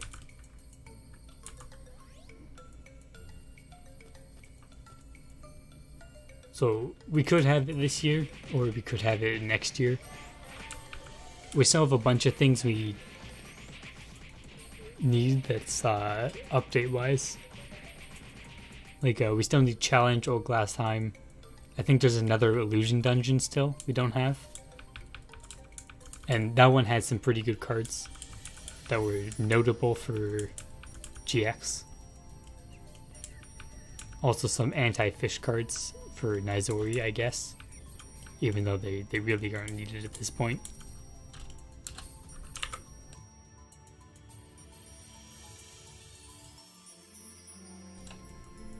From what Gravity said, yeah, by September they'll have 4th classes ready to implement on KRO. No, not on KRO, the server we were based off of. That's when they should be getting it. So we should be getting it at minimum 1 to 2 months afterwards, but it could be like half a year afterwards, depending on how complicated it is to gather the info and port it over.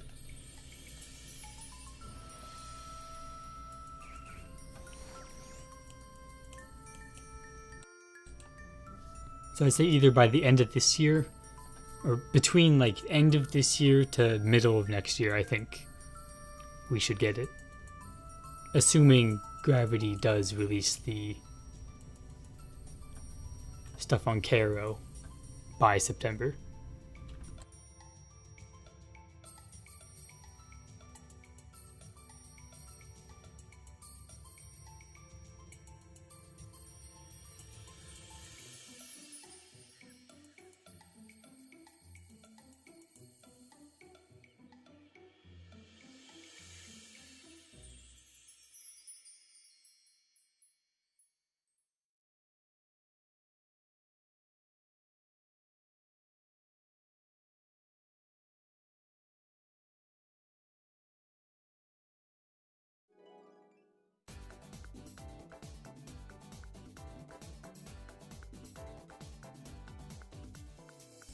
Alright, I think that's all for most of the stuff to do. Yeah, I don't think there's anything else, so it's just farming Rudis now. That's the end of, I guess, the more entertaining things. Oh, I guess I have to do the Rudis daily quest still as well.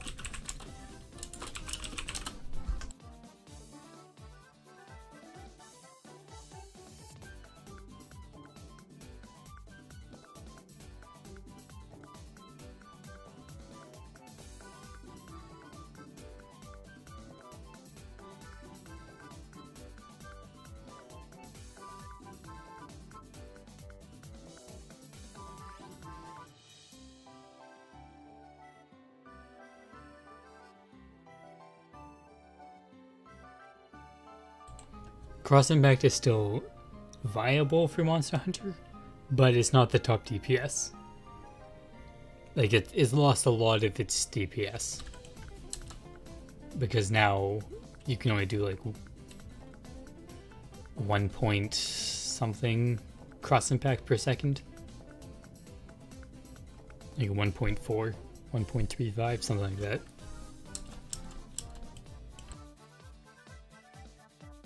So you won't get accepted into the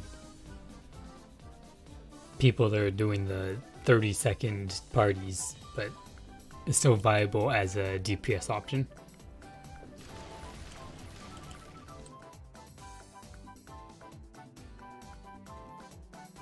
And because it was nerfed and not like as strong as it was before, be warned, some people will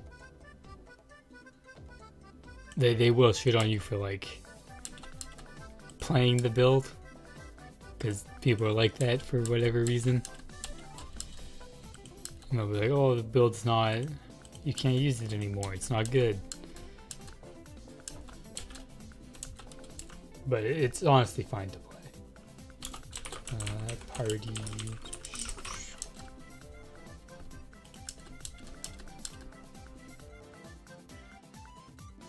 Honestly, the best GX build is on Monster Hunter is between CRS and non-crit Soul Destroyer.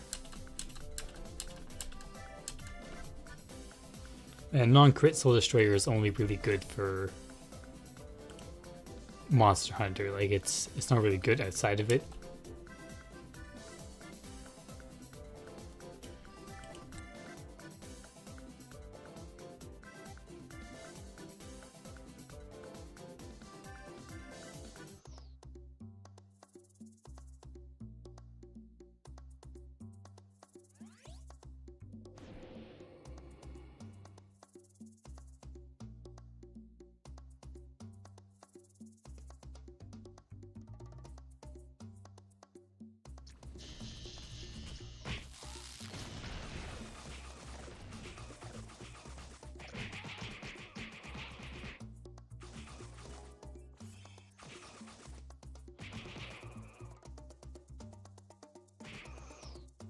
Well, a good thing about Red Herb Activator is it also increases long range damage. So it works both for your Rolling Cutter and Crosshopper Slasher.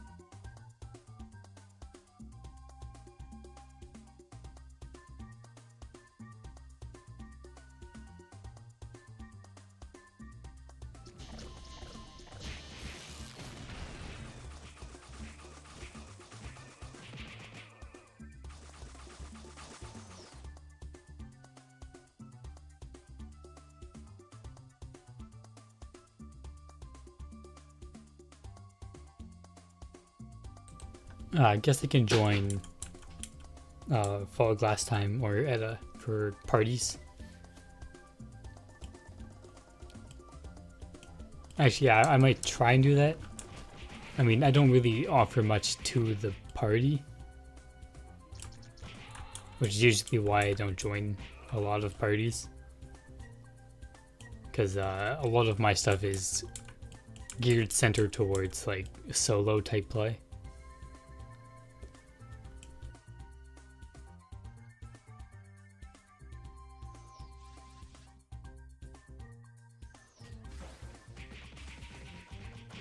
Wow, Agio.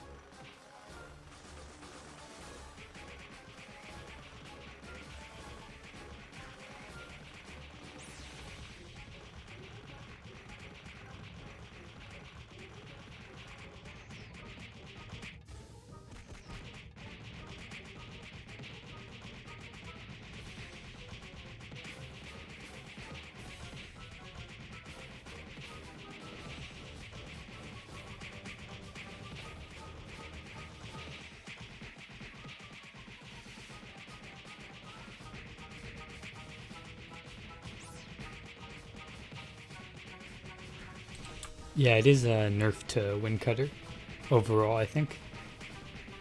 Because instead of doing 5 per second, they can only do 3 per second. But yeah, but they need less aftercast play gear. So it's slightly easier to build for it. So I think they can use a bit more damage type gears.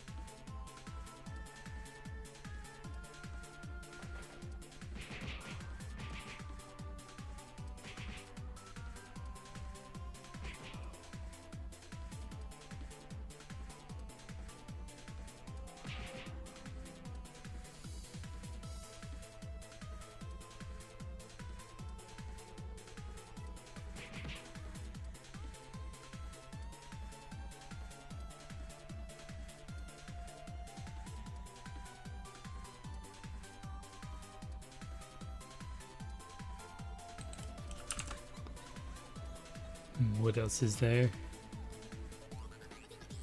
Shadow Chaser gets some small buffs. Extra magic attack from Shadow Spell. Triangle Shot gets its damage increased by a huge amount. That's over double.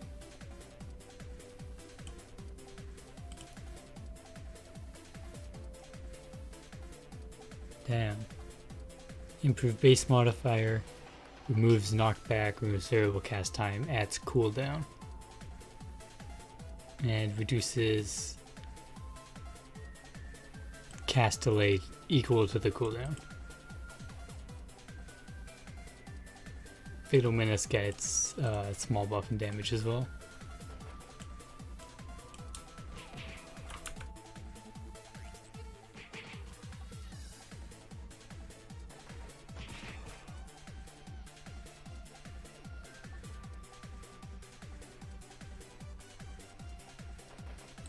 I really like these buffs so far. They I think they help a lot balance wise. And they give attention to some classes that really need some help. Like things like Royal Guard, Shadow Chaser PVM wise. Mechanics I think are okay, but they're getting buffed as well, so they'll be more damage focused. Genetics DPS is getting a small buff. I've never played Terraria.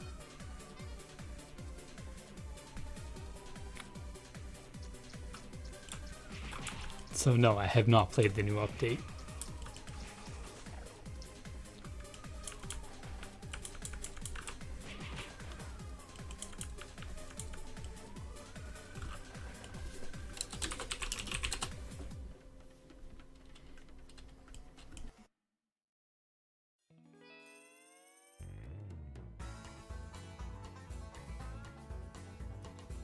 Can you guess what town this song is from?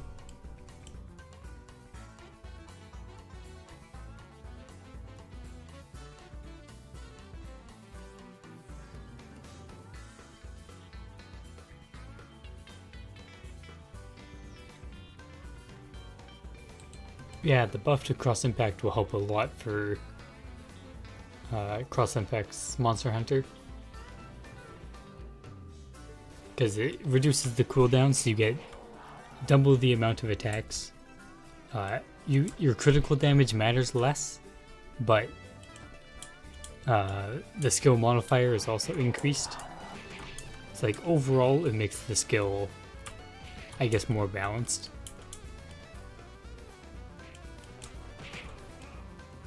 You lose a little bit burst-wise, but you gain DPS.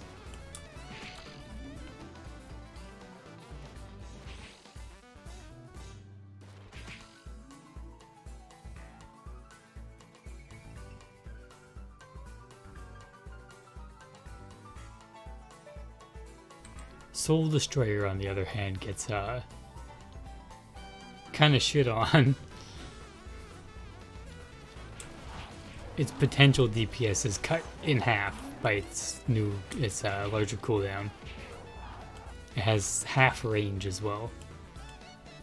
Its crit damage will be halved. But it gets 100% skill modifier, which is a very small amount and doesn't really make up for it.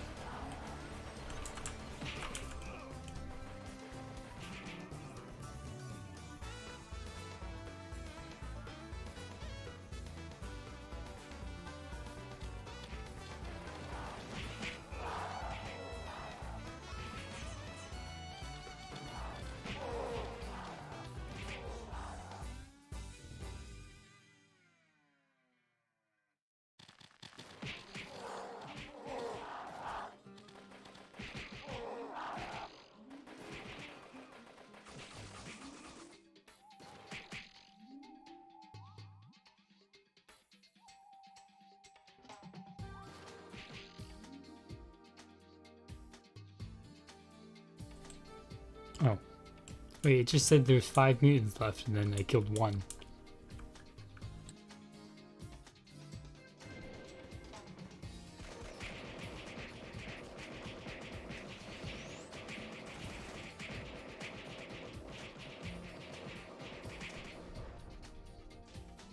Easy, boss.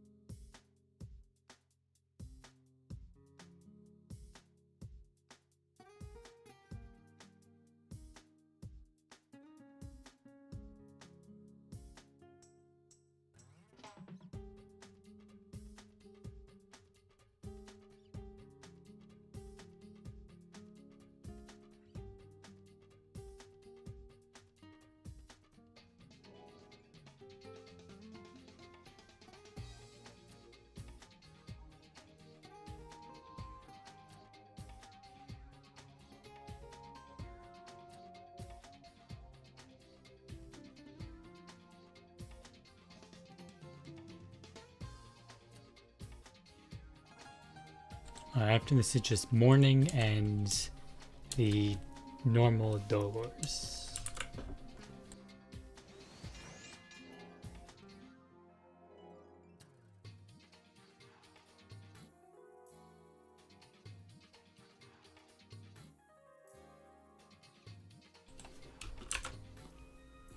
Warlock also gets some decent buffs to its damage formulas. Freezing spell gets a huge buff with the mind slots is 8 per level instead, so that's allows you to actually hold 7 spells of like things like Crimson Rock or Comet. Because right now it's almost not even viable to hold 7 of them, but now you'll be able to with the extra 40 mind slots. Mystical Amplification is getting nerfed. Oh, it's a continual buff. But it only applies 50% instead. Increased damage of gravitation field.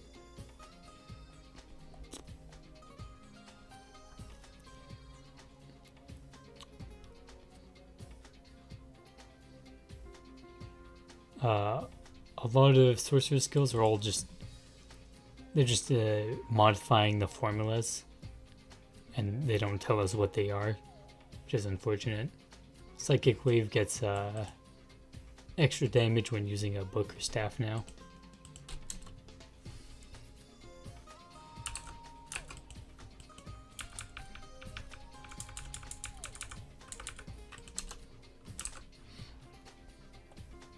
Oh, and they're changing Killing Cloud, so it affects that Cloud Poison effect, which makes them take 25% more property or poison property damage, and then Poison Burst will do a ton more damage to Cloud Poison targets.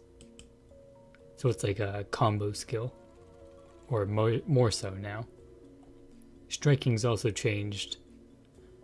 Changes bonus attack that depends on the level of weapon to be up to 100.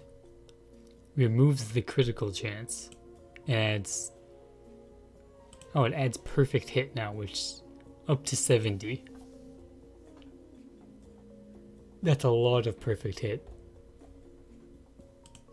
That's the type of buff that I would actually consider making a second account with a Sorcerer just to give me striking. If it's giving me 70 perfect hit. That would make like Rowan Cutter or Crossbow Slasher type things actually viable in areas where they can't hit stuff, like Bio 5.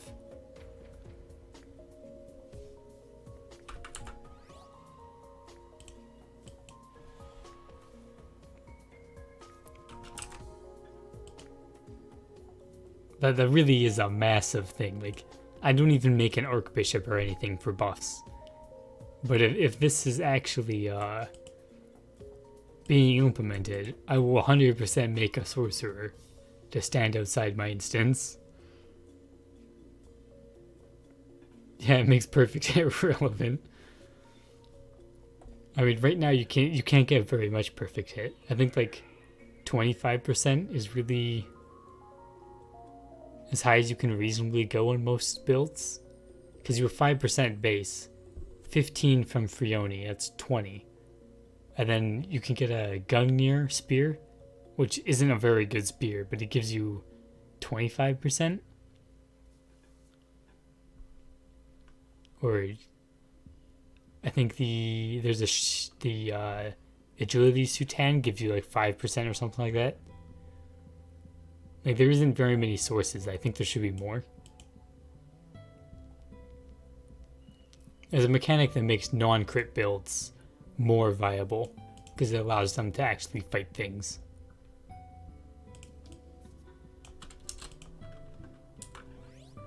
Alright, I guess I'll... Oh wait, why did I go to floor 2?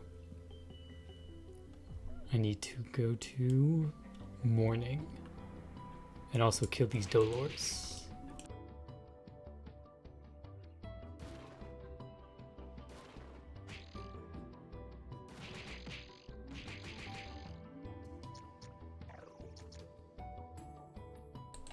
Overall, a lot of these changes feel like they're for the better, and they'll help improve, I guess, the balance between classes and gameplay overall. Make some things feel less bad.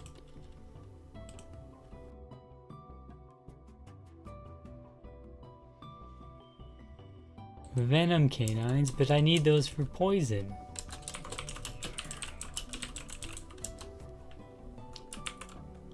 There's a lot on the market.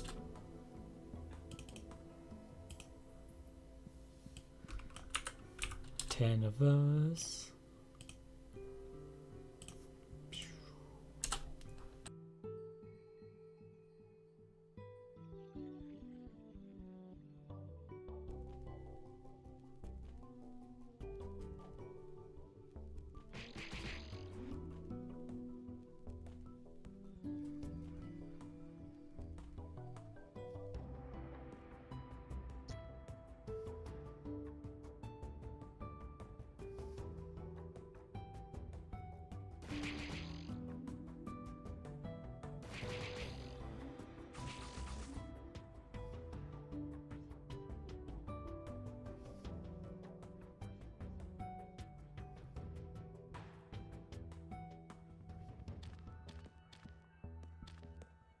Alright, just need to finish the Dollar and then we have enough for 1 enchantment.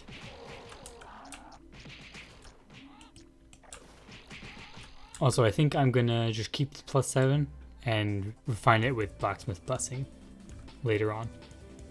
since they're pretty cheap right now.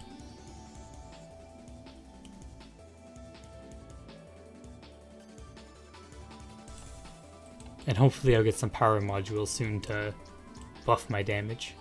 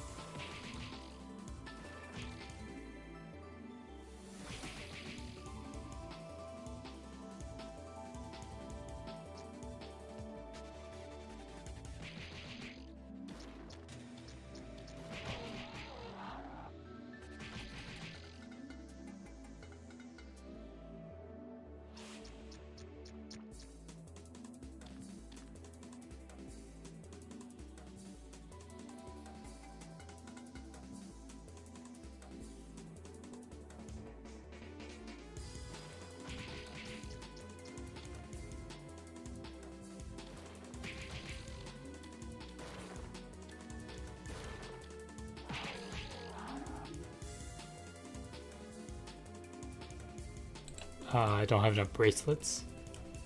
I think I need 10 of them.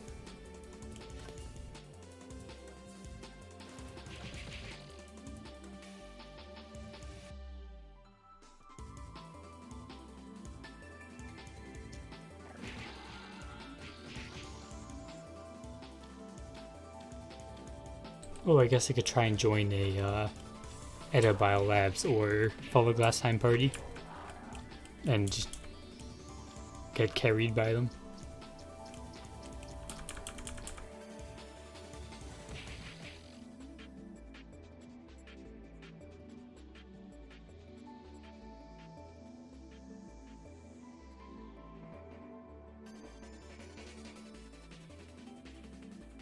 Alright, time for an enchantment.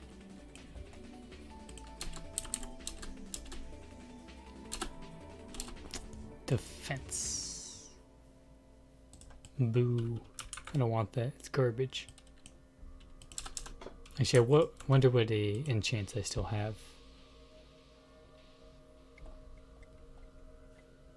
Those are gold coins. There's an unknown part. Did I keep none of them?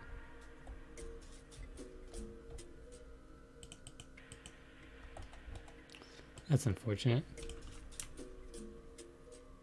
Put away the useful things.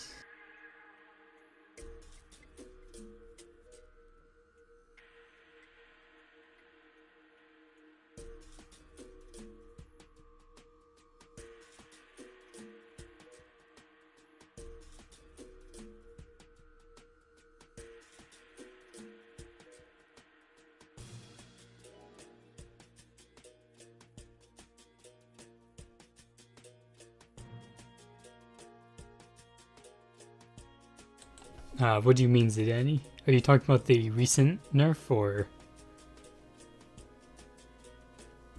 the changes that are coming? Also, Archbishop's only changes are to Judix and Adoramus. I mean, this is a pretty big change. And if they consume it, change element to neutral property. They're making Adoramus a real skill. But for the GX stuff, basically cross impact will gain double its DPS. Darklaw only half effective on bosses, but has double the duration. Crossover Slasher can do more spam now. Rolling Cutter just increases the counter for Crossover Slasher. And Soul Destroyer is kicked in the balls. And it doubles like everything it has.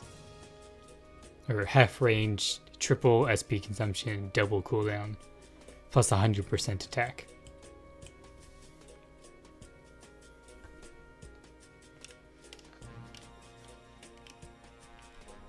Oh, Konga, I'm not saying that it is a real skill now. I'm saying they're trying to make it into one. by giving it a times 2.8 buff.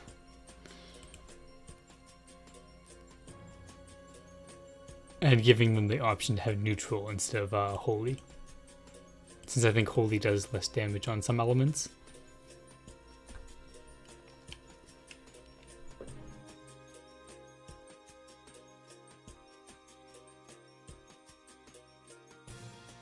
Alright, let's see if Biosuit Research Laboratory is, there's like nobody here.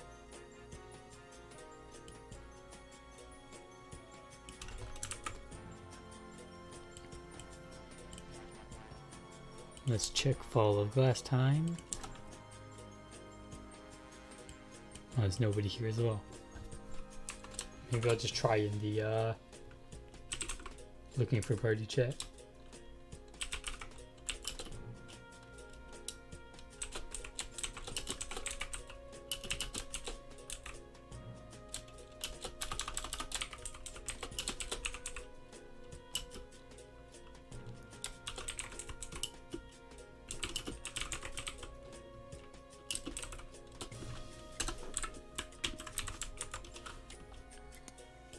Alright, I guess I'll farm Rudis while I search for a party.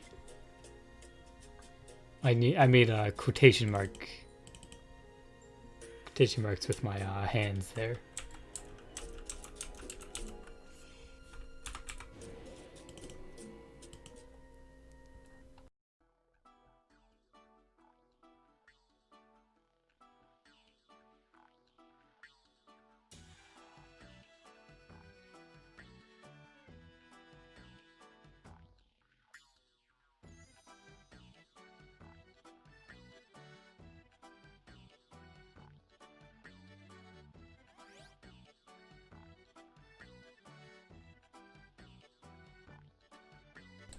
Actually, maybe I should keep selling the core for now until I get the Ripper Cross first.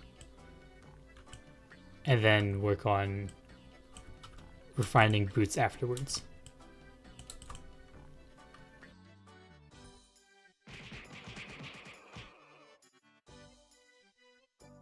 Yes, I would like to join. Please carry me.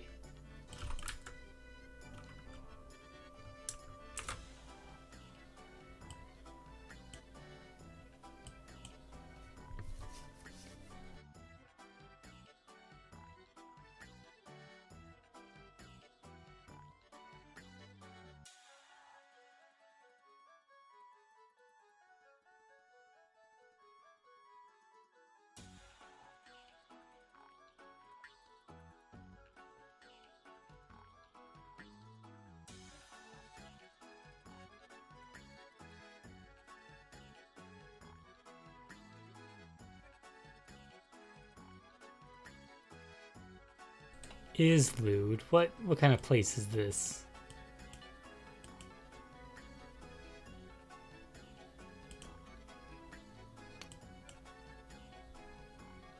Your party name is your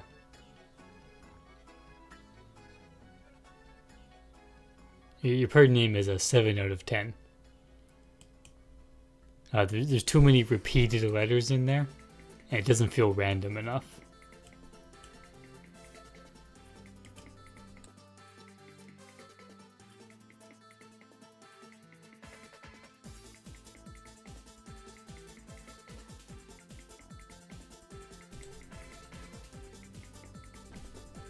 Monster Hunt Leech is stupid.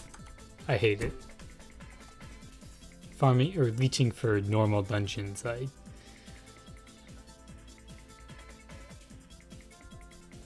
think is a lot more acceptable. Because sometimes you just can't do it with certain builds. So you just join parties and let them carry you. Which I guess is kind of the same for Monster Hunter.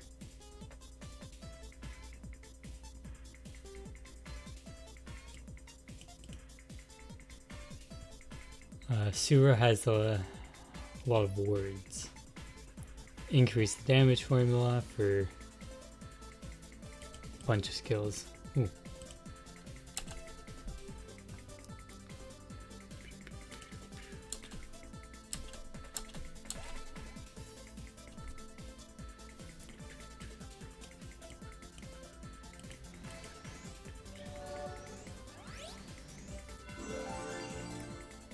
Are these both your character? Or are these all?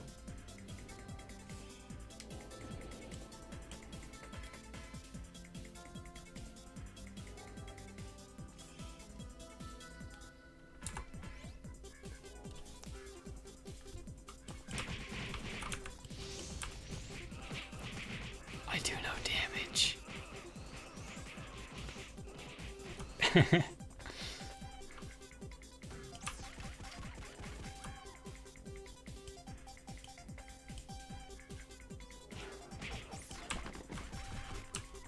Let me grab crossover slasher.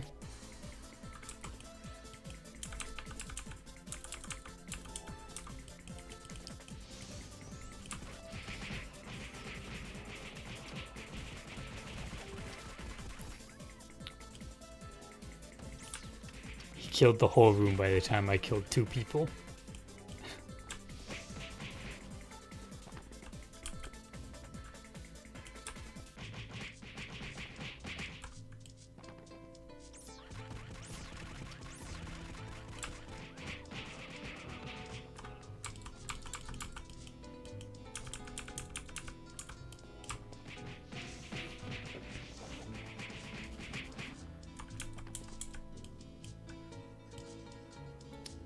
Ooh, this room.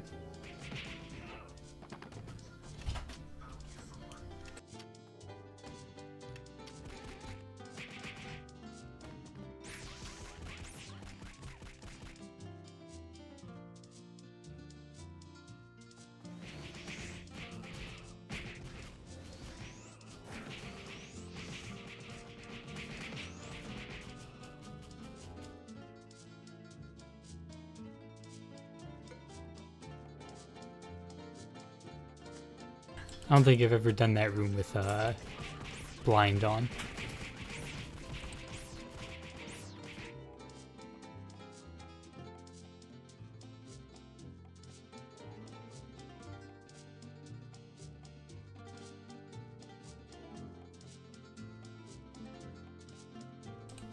Wait, how did they die?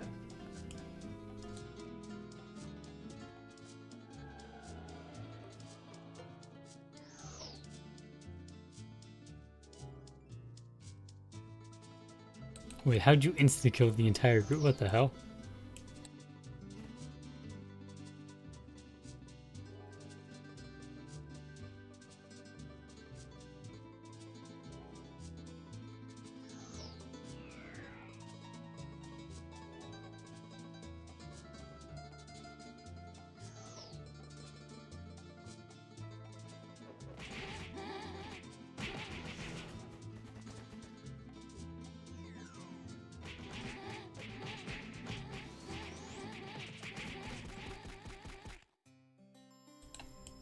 Why are you using the monkey pet?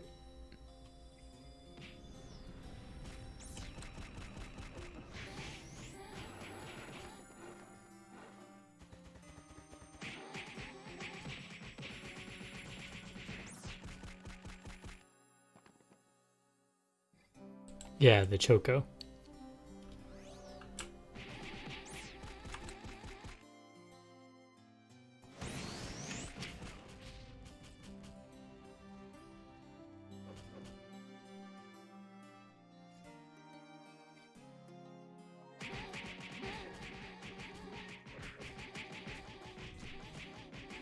I pressed every button except for cloaking. Oh, the crit rate, I see.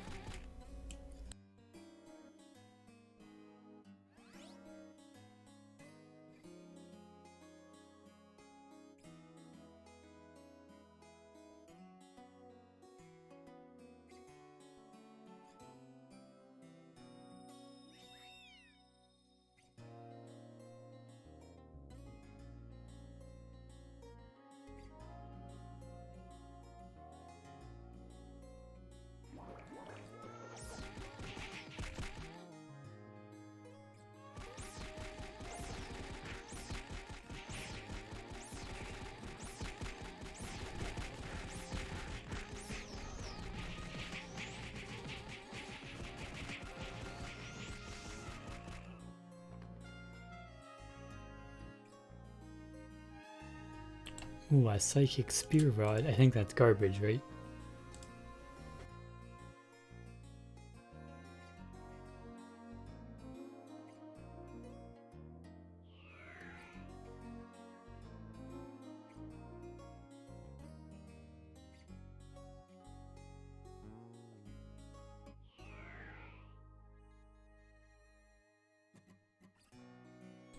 Oh, that'll give us some zenny from the... No, these ones are these are worthless. These are the ones worth like 150k, I think.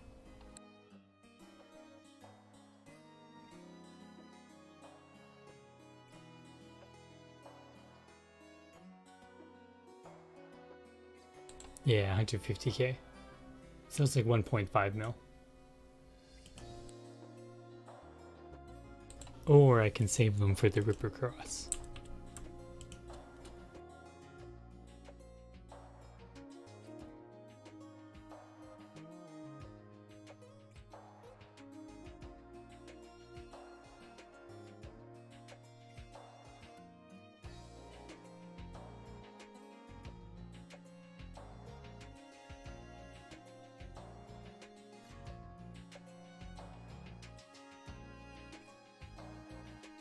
Alright, back to Rudis.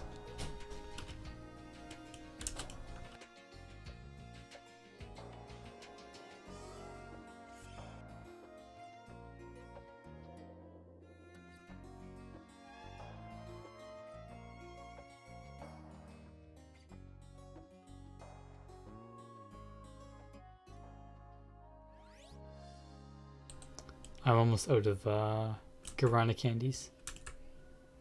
I need to restock on those again.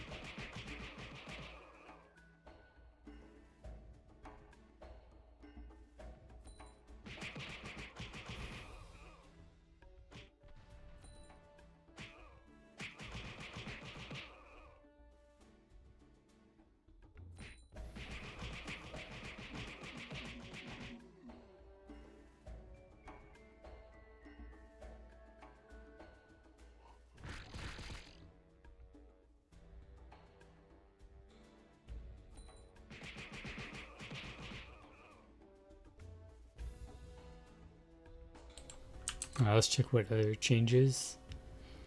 Rising Dragon decreases the HP SP bonus. Removes HP draining on the skill duration and the recover penalty. It just seems like they increased the duration and lowered the HP a bit.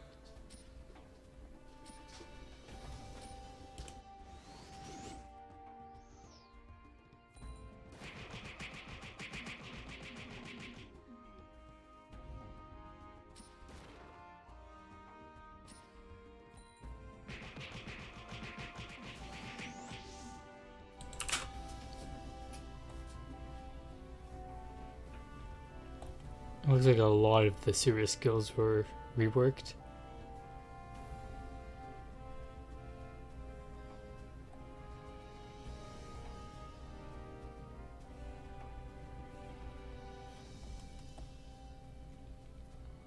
Oh, Ranger No Limit is it's a pretty big buff. It becomes a 3-minute duration, and they remove the defense and magic defense penalty.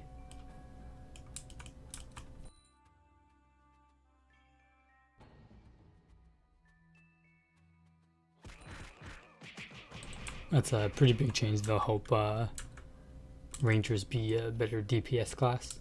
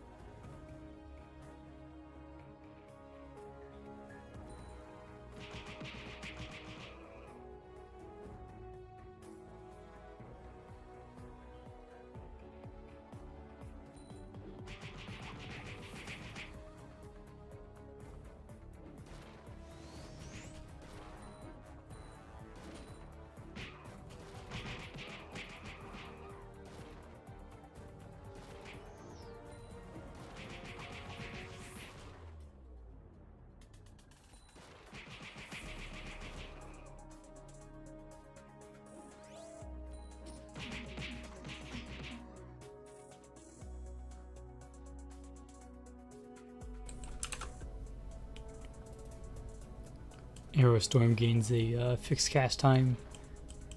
They reduce the variable cast time. Unifies cooldown to 3.2 seconds regardless of skill level. Okay, so they add fixed casting. And they reduce, or they made the cooldown 3.2 seconds every level.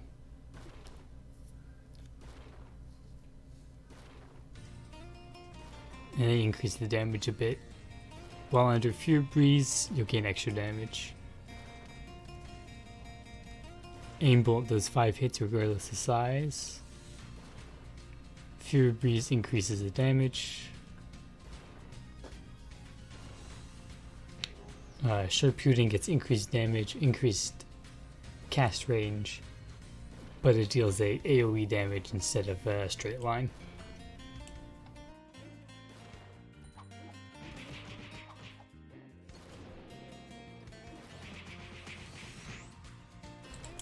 I think it's overall just good buffs for Ranger.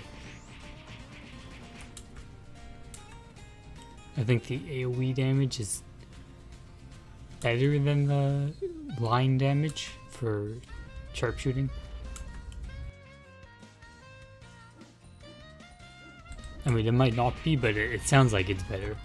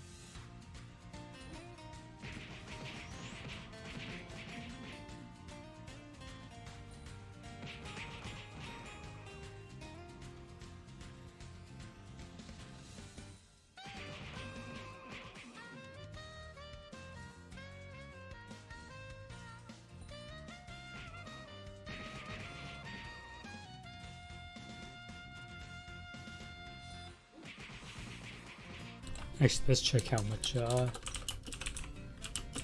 core are in buy shop store.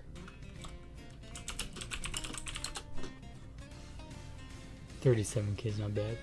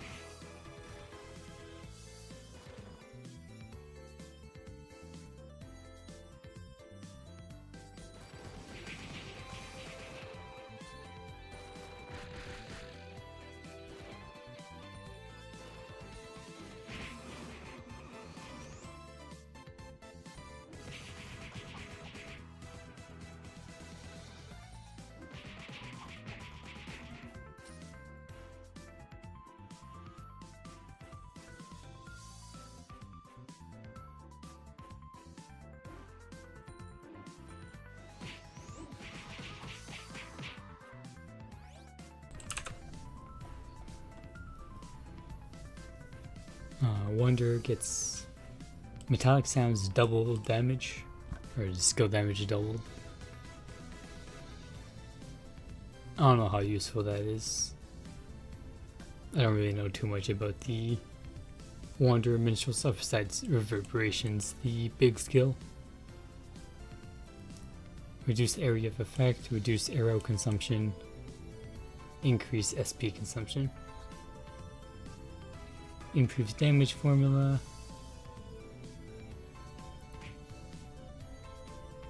This change will reduce the influence of agility and dex, reduces arrow consumption. I guess that's all of them.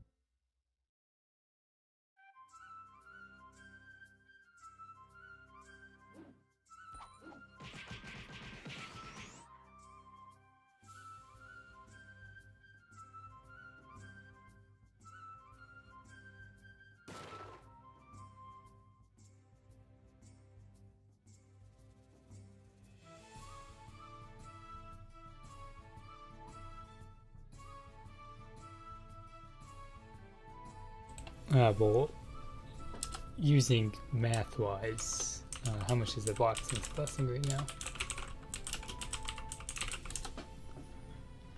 Like, if you're starting from, or I guess, are you starting from like +0, +9, +10?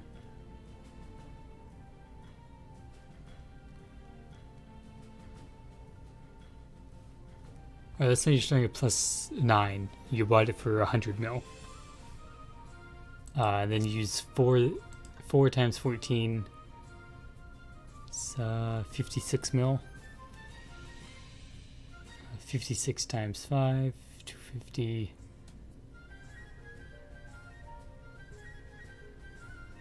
To go from 9 to 10, it's like 350-ish total. Then to +11. +11 from +10 is really easy. And it's almost guaranteed. It's like 80%. So it's really just hitting the +10 mark, which will cost you probably around 350 mil. I mean, probably less if you actually just bought a +10. It also depends if you're lucky on refining or not. Yeah, going from 9 to 10, I say, not including the +9, somewhere between 56 to 250 or 260 mil, based on the current BSB price.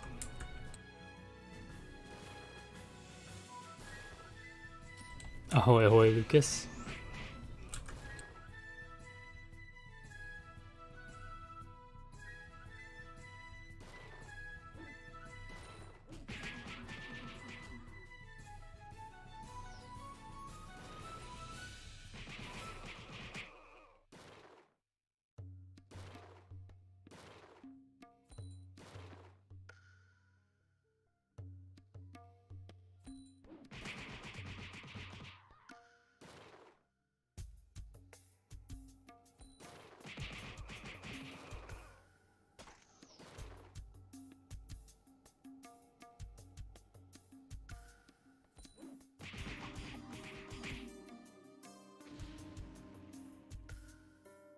I should try and steal the core cores from the mutant dollars, since they have a decent high chance to steal from them as well.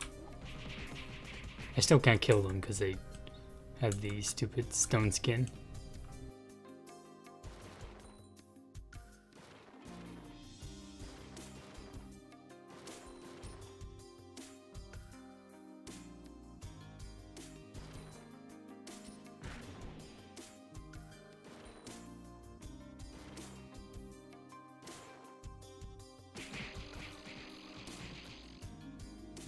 Why are you gonna cry in the corner for 5 minutes? Is it about the 250 mil to reach plus 10? Because I mean, that's... Ripper Cross is a relatively cheap weapon compared to others, like if you convert to Bolt Crusher. Ripper Cross is dirt cheap.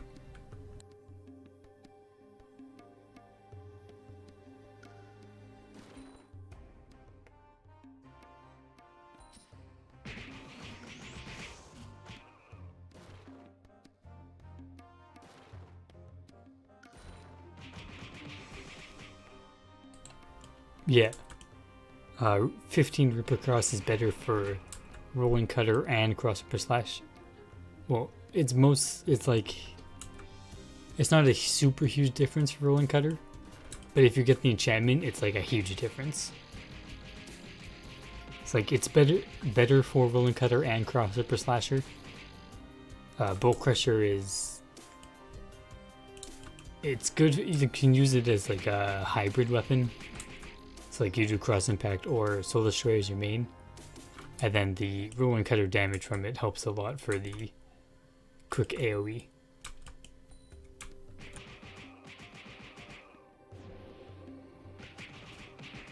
But Ripper Cross is definitely better for pure Rolling Cutter Crossover Slasher builds.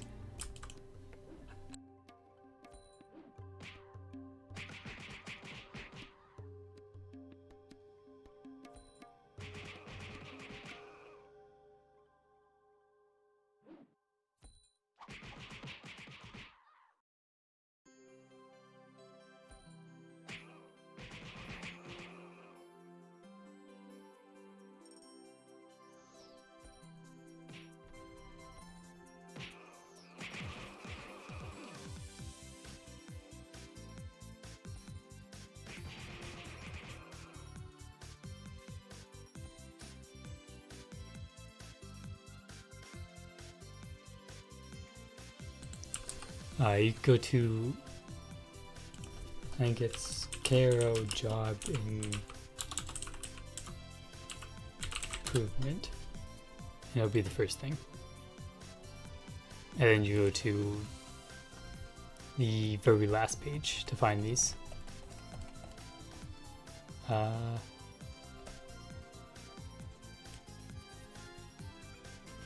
this is it. Yeah, so there's the ones about the I think this is like the pre one, the first version they sent out. Basically, they don't list it in here. Critical damage will only do half effect on skills. So 200% crit damage will only be 100% crit damage.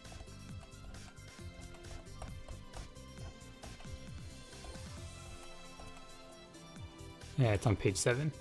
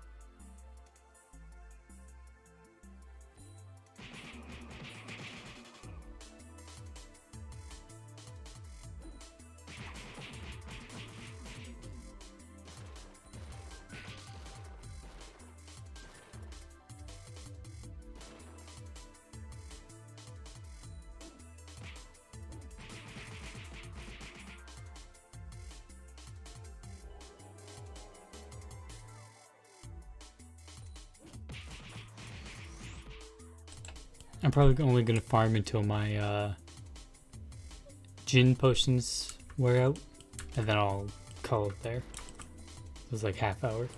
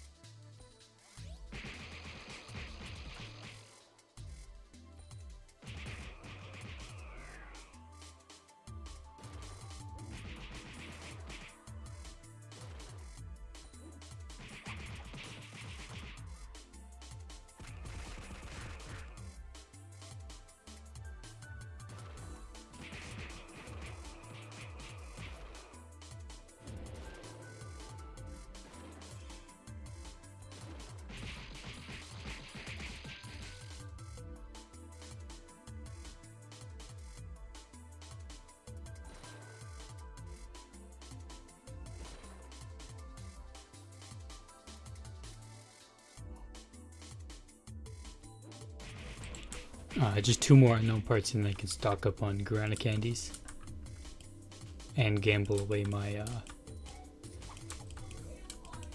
stuff I farmed.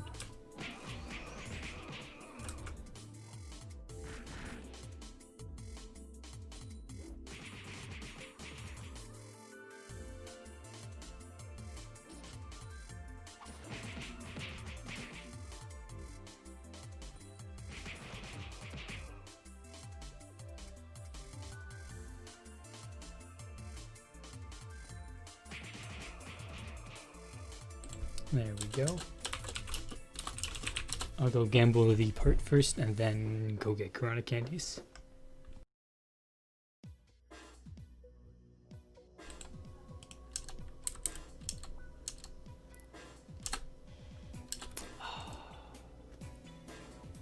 I don't know if that's even worth any anymore.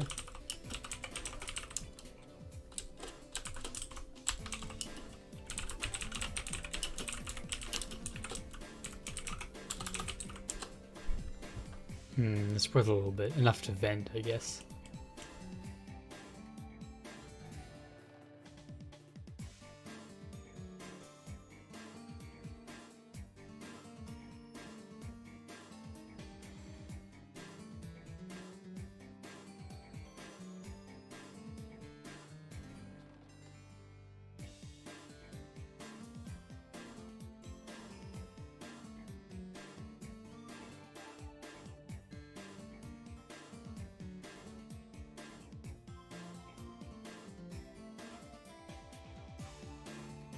The price is relatively close, so I don't mind just selling it to the shop here. We're 17 mil off of the Ripper Cross.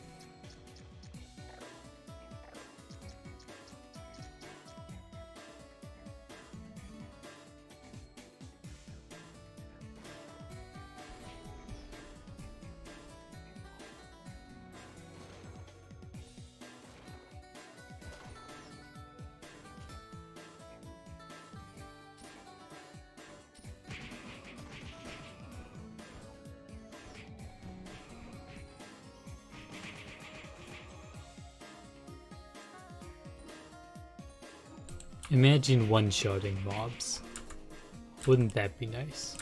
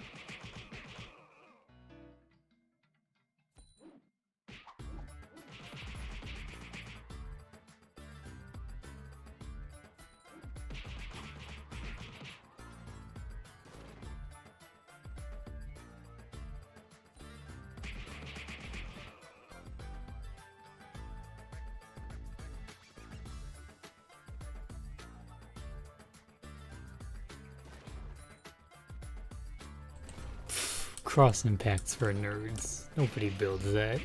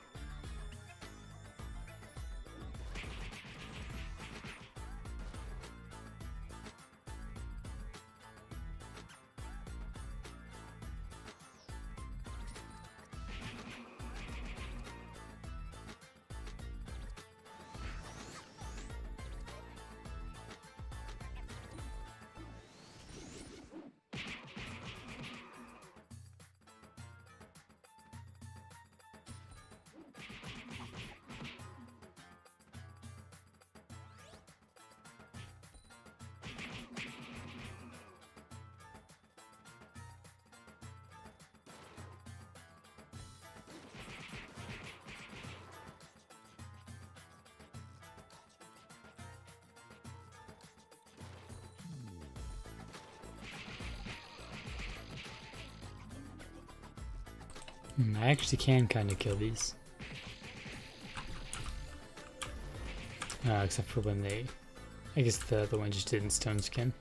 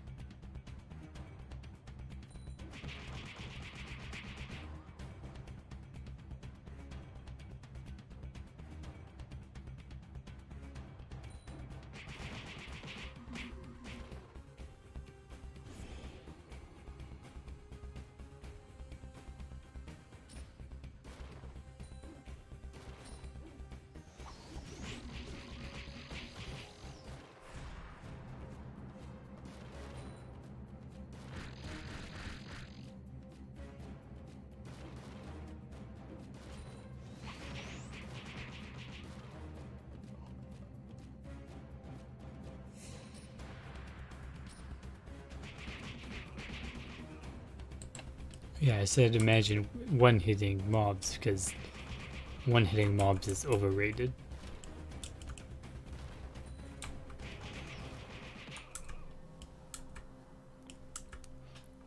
Who needs to farm at max efficiency?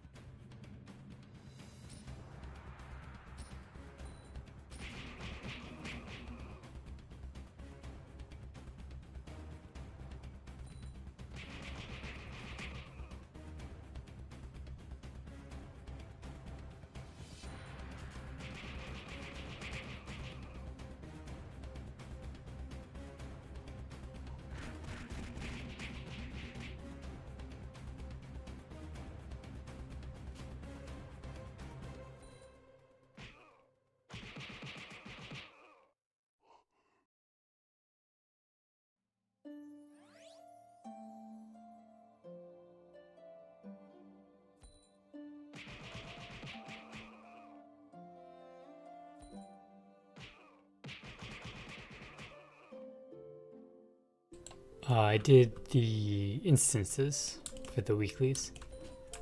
I can't really kill the gas things in Einbreck. And I also can't do Bio 5. I could technically do Battlegrounds, but I don't want to do that.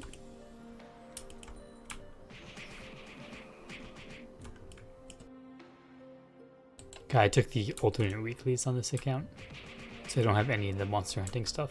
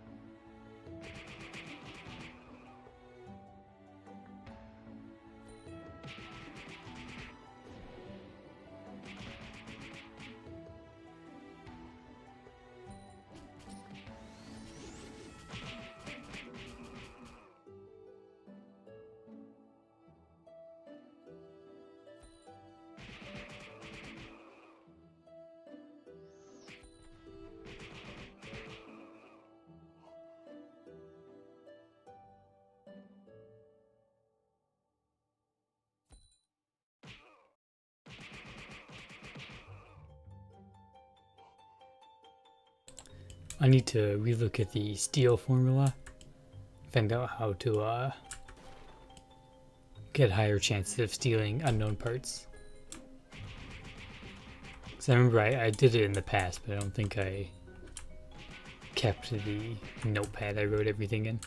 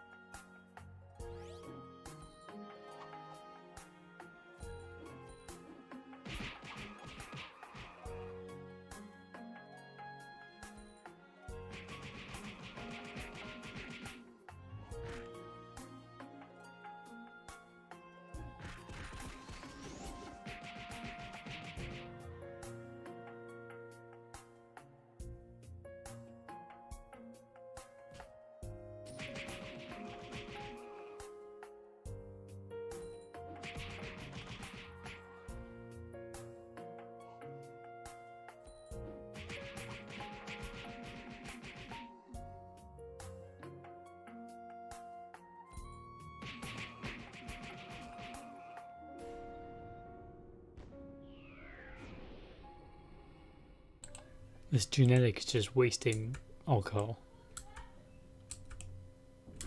He could be using that for bottle grenades. Never mind, bottle grenades are irrelevant.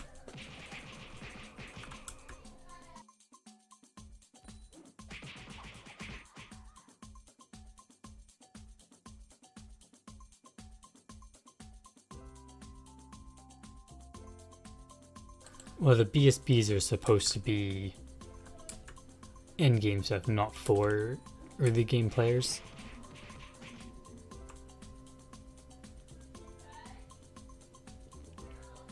And also, I mean, like, sometimes the quests can be done by new players, like the Endeavor token ones. And then the daily quests are, I mean, the item gathering is super good for new players, and like, you should do it every day. because the easiest source of coins.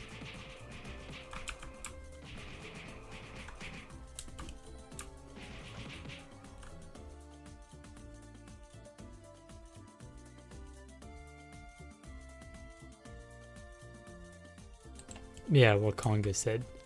Like the leeching and I think also part of it is the 1-star monsters. Is like everyone's getting BSP so easily. And like when it becomes more difficult, they don't know what to do because that was the best solution and now they don't have a alternate way to do it.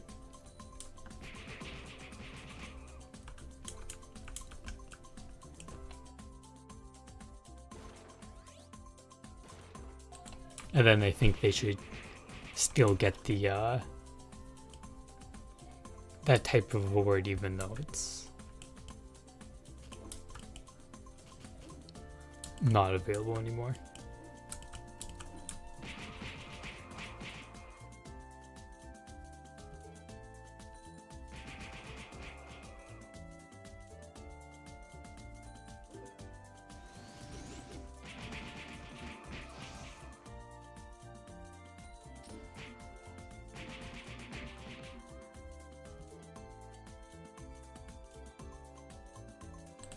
It's kind of similar to what happens with like farming spots.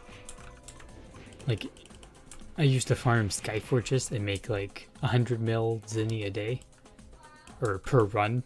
A day I'd do like 3 runs, so I'd make like 300 mil. And then once everyone started doing it and the prices kind of died out, like moving on to the next farming thing, there was nothing that was on the same level. So it kind of felt bad to farm because it just wasn't the same as before. It was just less efficient. And then the same thing happened with Rudis, where like now it's like half the amount it was before. The only place that stays the same over time is Gafenya.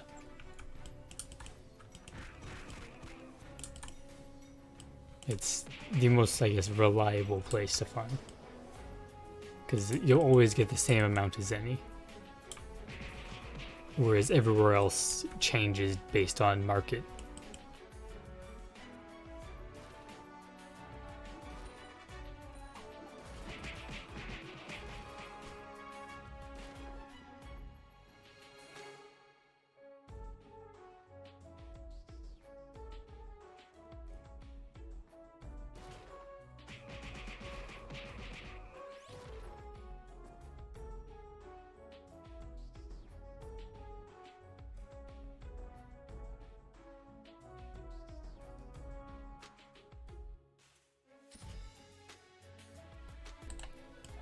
I mean, farming Gafenya is like...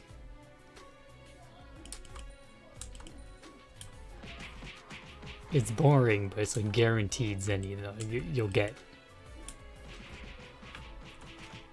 And it's also easy to farm, like you don't need very much gears at all. Like a ranger with just a Thanatos bow can farm it.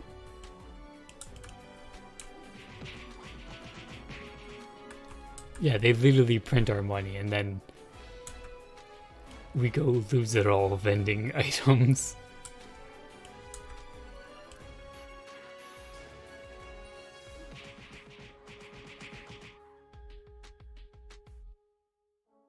I mean, the amount of zenny lost to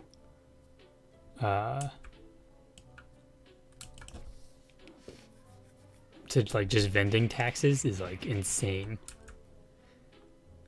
Because if somebody sells a 1 bill item on vending, 30 mil zenny is gone from the server.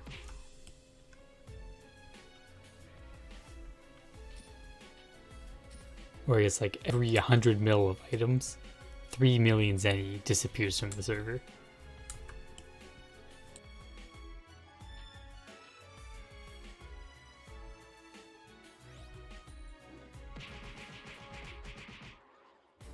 And there's other zenny sinks on top of that.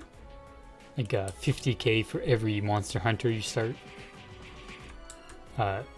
Biolabs can have a fee depending if you just buy the items or not. If you enter the sanctuary, that's 2 mil zenny. There's a few others too. I can't remember.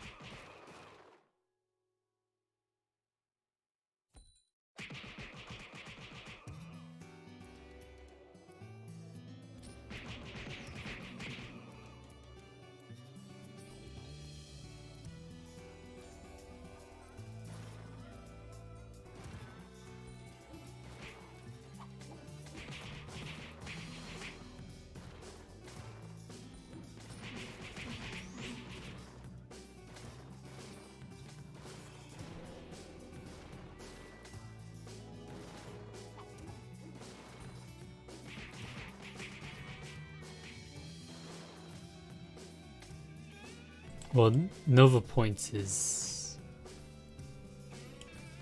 that a Zenny sync? Like, the Zenny doesn't go anywhere. Like, it's still in the market. Unless you just mean the vending taxes off of the Nova Points. I remember when Nova Points was 5 mil. I remember when prices were a lot higher on everything.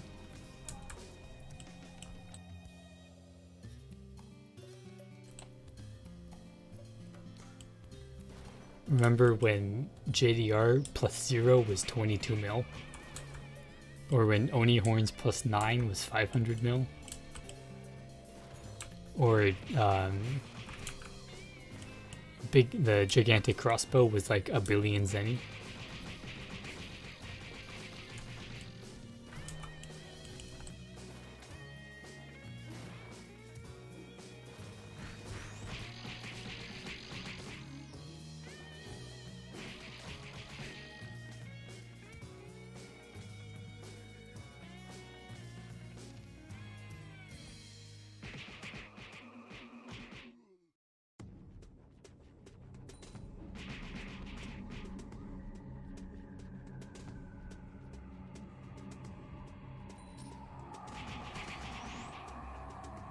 Oh, this is the spooky song.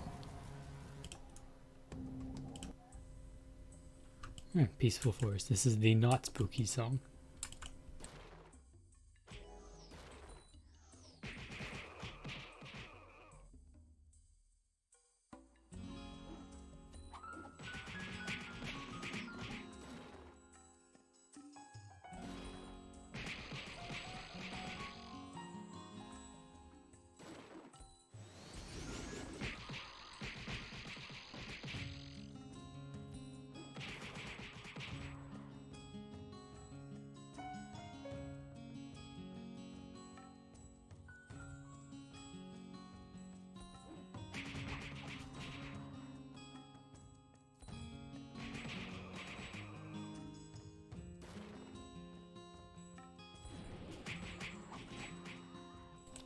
Remember when MH2 first came out and you actually had to like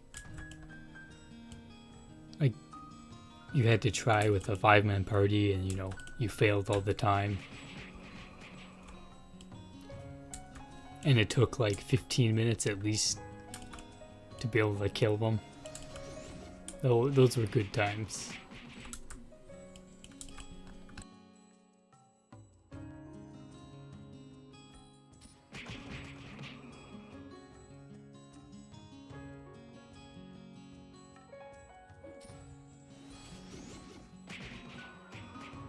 Remember my streak of, I don't know the exact number, but it was somewhere around 87, 80, like 87 to 90. Somewhere between there, that's how many Nizoria attempts I did failed in a row.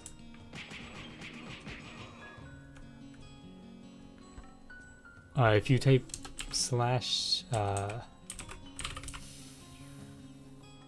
fast refresh,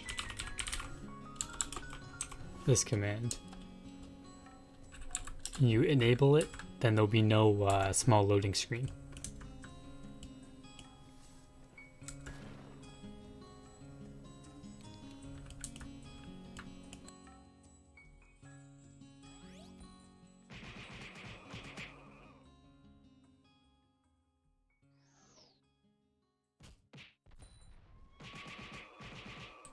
Remember when we actually used Monster Hunter consumables to fight the bosses?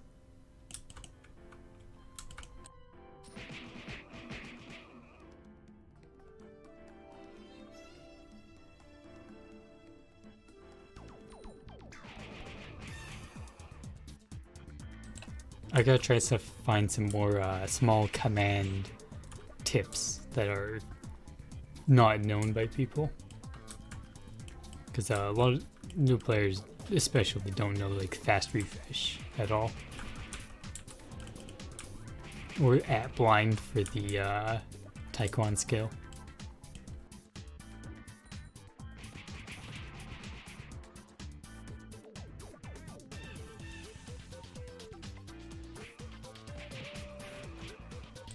Ooh, I also have to make a video on auto loot ID or a loot ID. Or that and the restock command.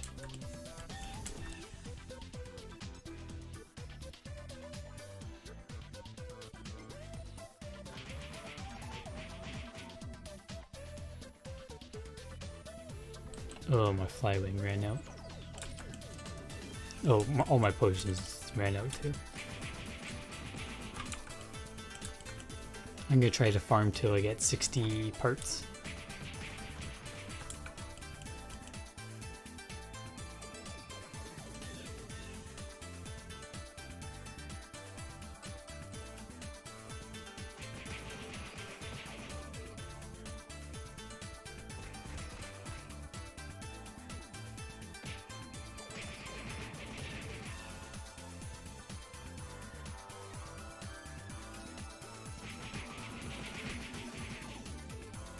Ooh, level up.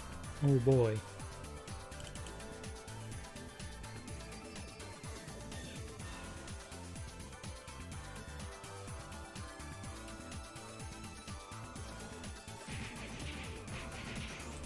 Why stop at 69 when I could stop at 420?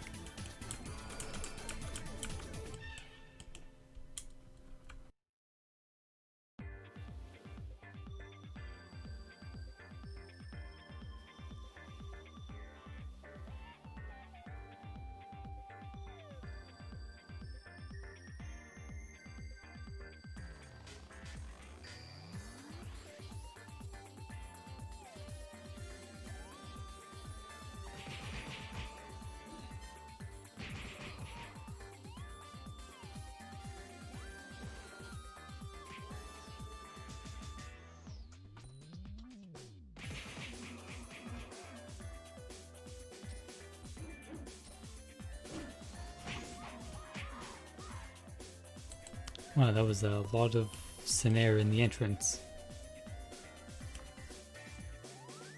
And not a single unknown part.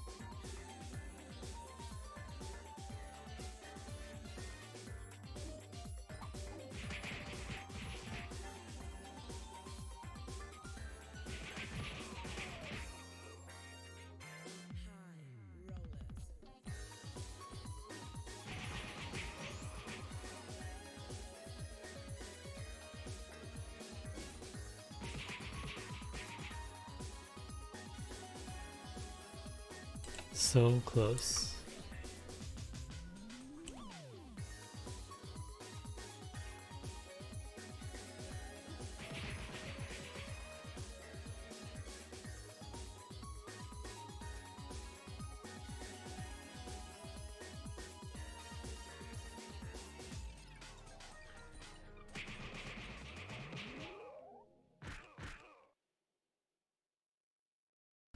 Need one last one.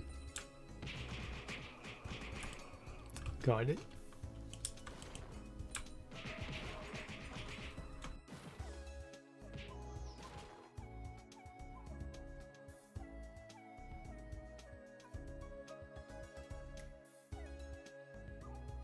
Alright, let's see if I can finally get a power module.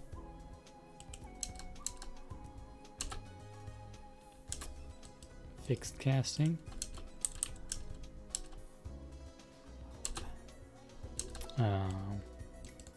Garbage again.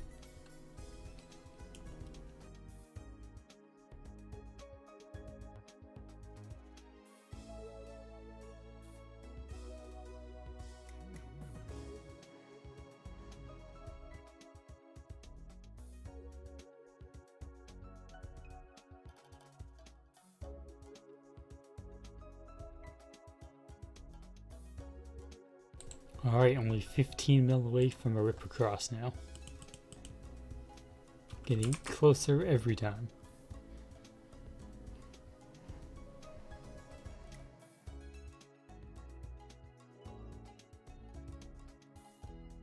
Ooh, I have to open the gift boxes. I might get gold from those.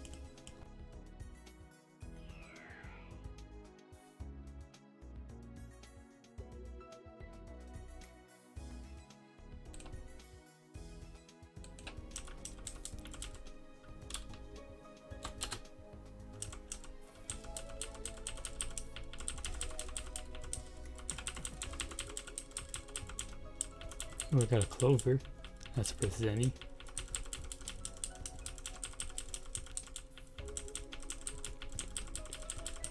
No gold again. Big disappoint. I'll keep all the dye stuff to sell though.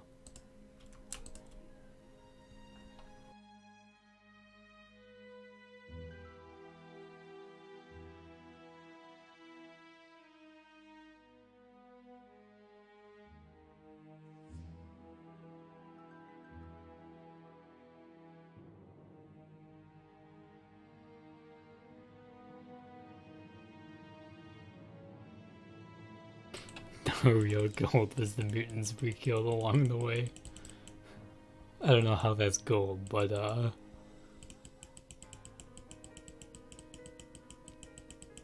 sure.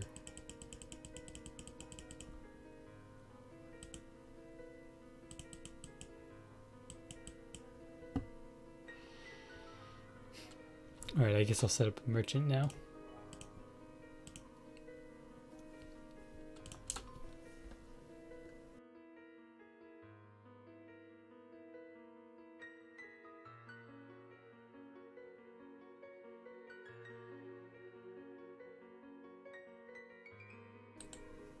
Let's see, what did I put in here?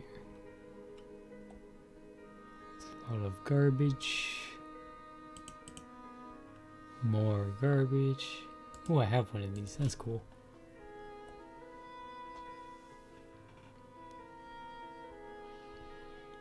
I guess I can put the lava leather stuff.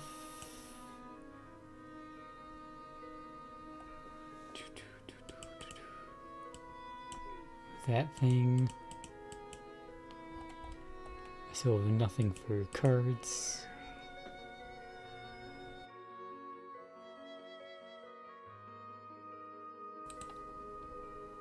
I think I'm just gonna keep these because eventually I want to get a the final enchantment on River Cross. 4-leaf clover, fragment of lightning. Let's see. Caster was worth something. Fixed cast was worth something.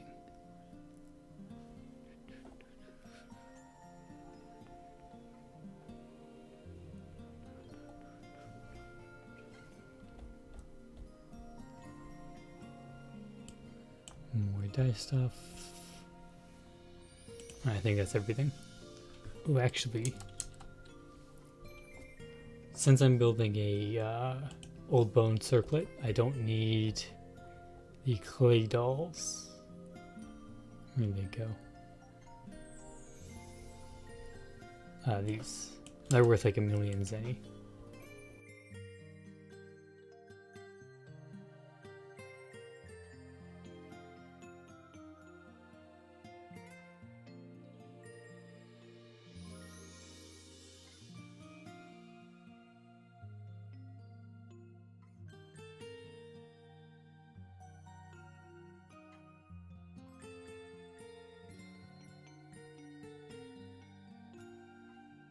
I think Dark Binder is used for something.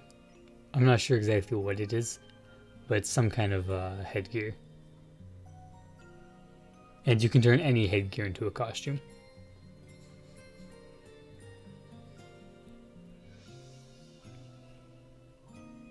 I actually put out a video a couple days ago on how to turn any headgear into a costume.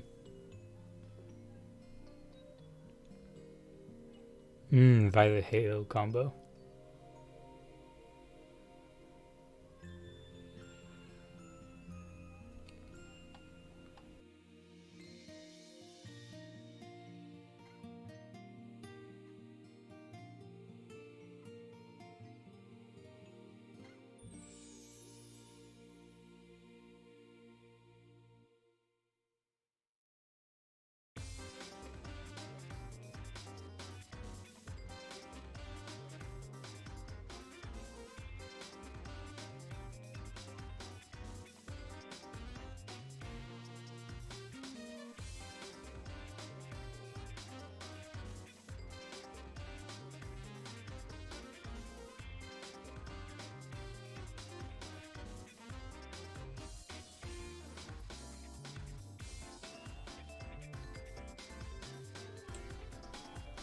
I honestly have no clue how much it's worth.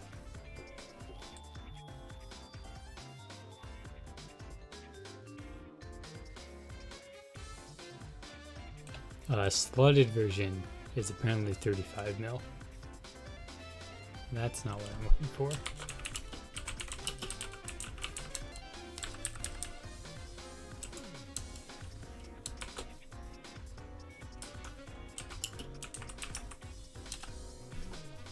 $200K.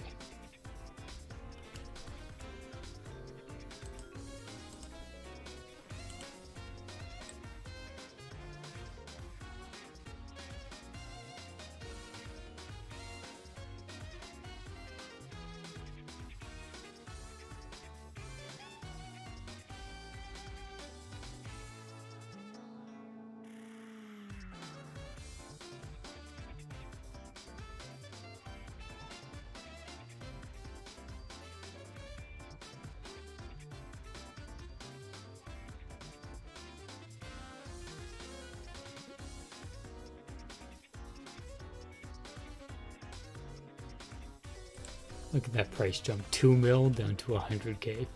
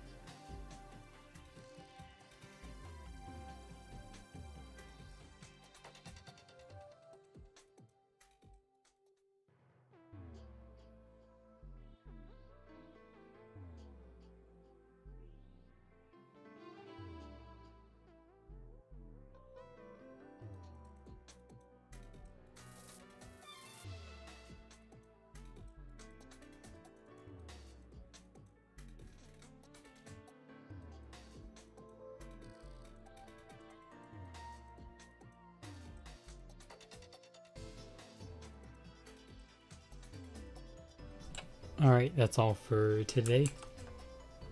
Thank you for watching. I should be posting a video tomorrow. I might stream again tomorrow. I think I'll do it later again, since I seem to have internet problems only during the morning hours in my time zone anyways.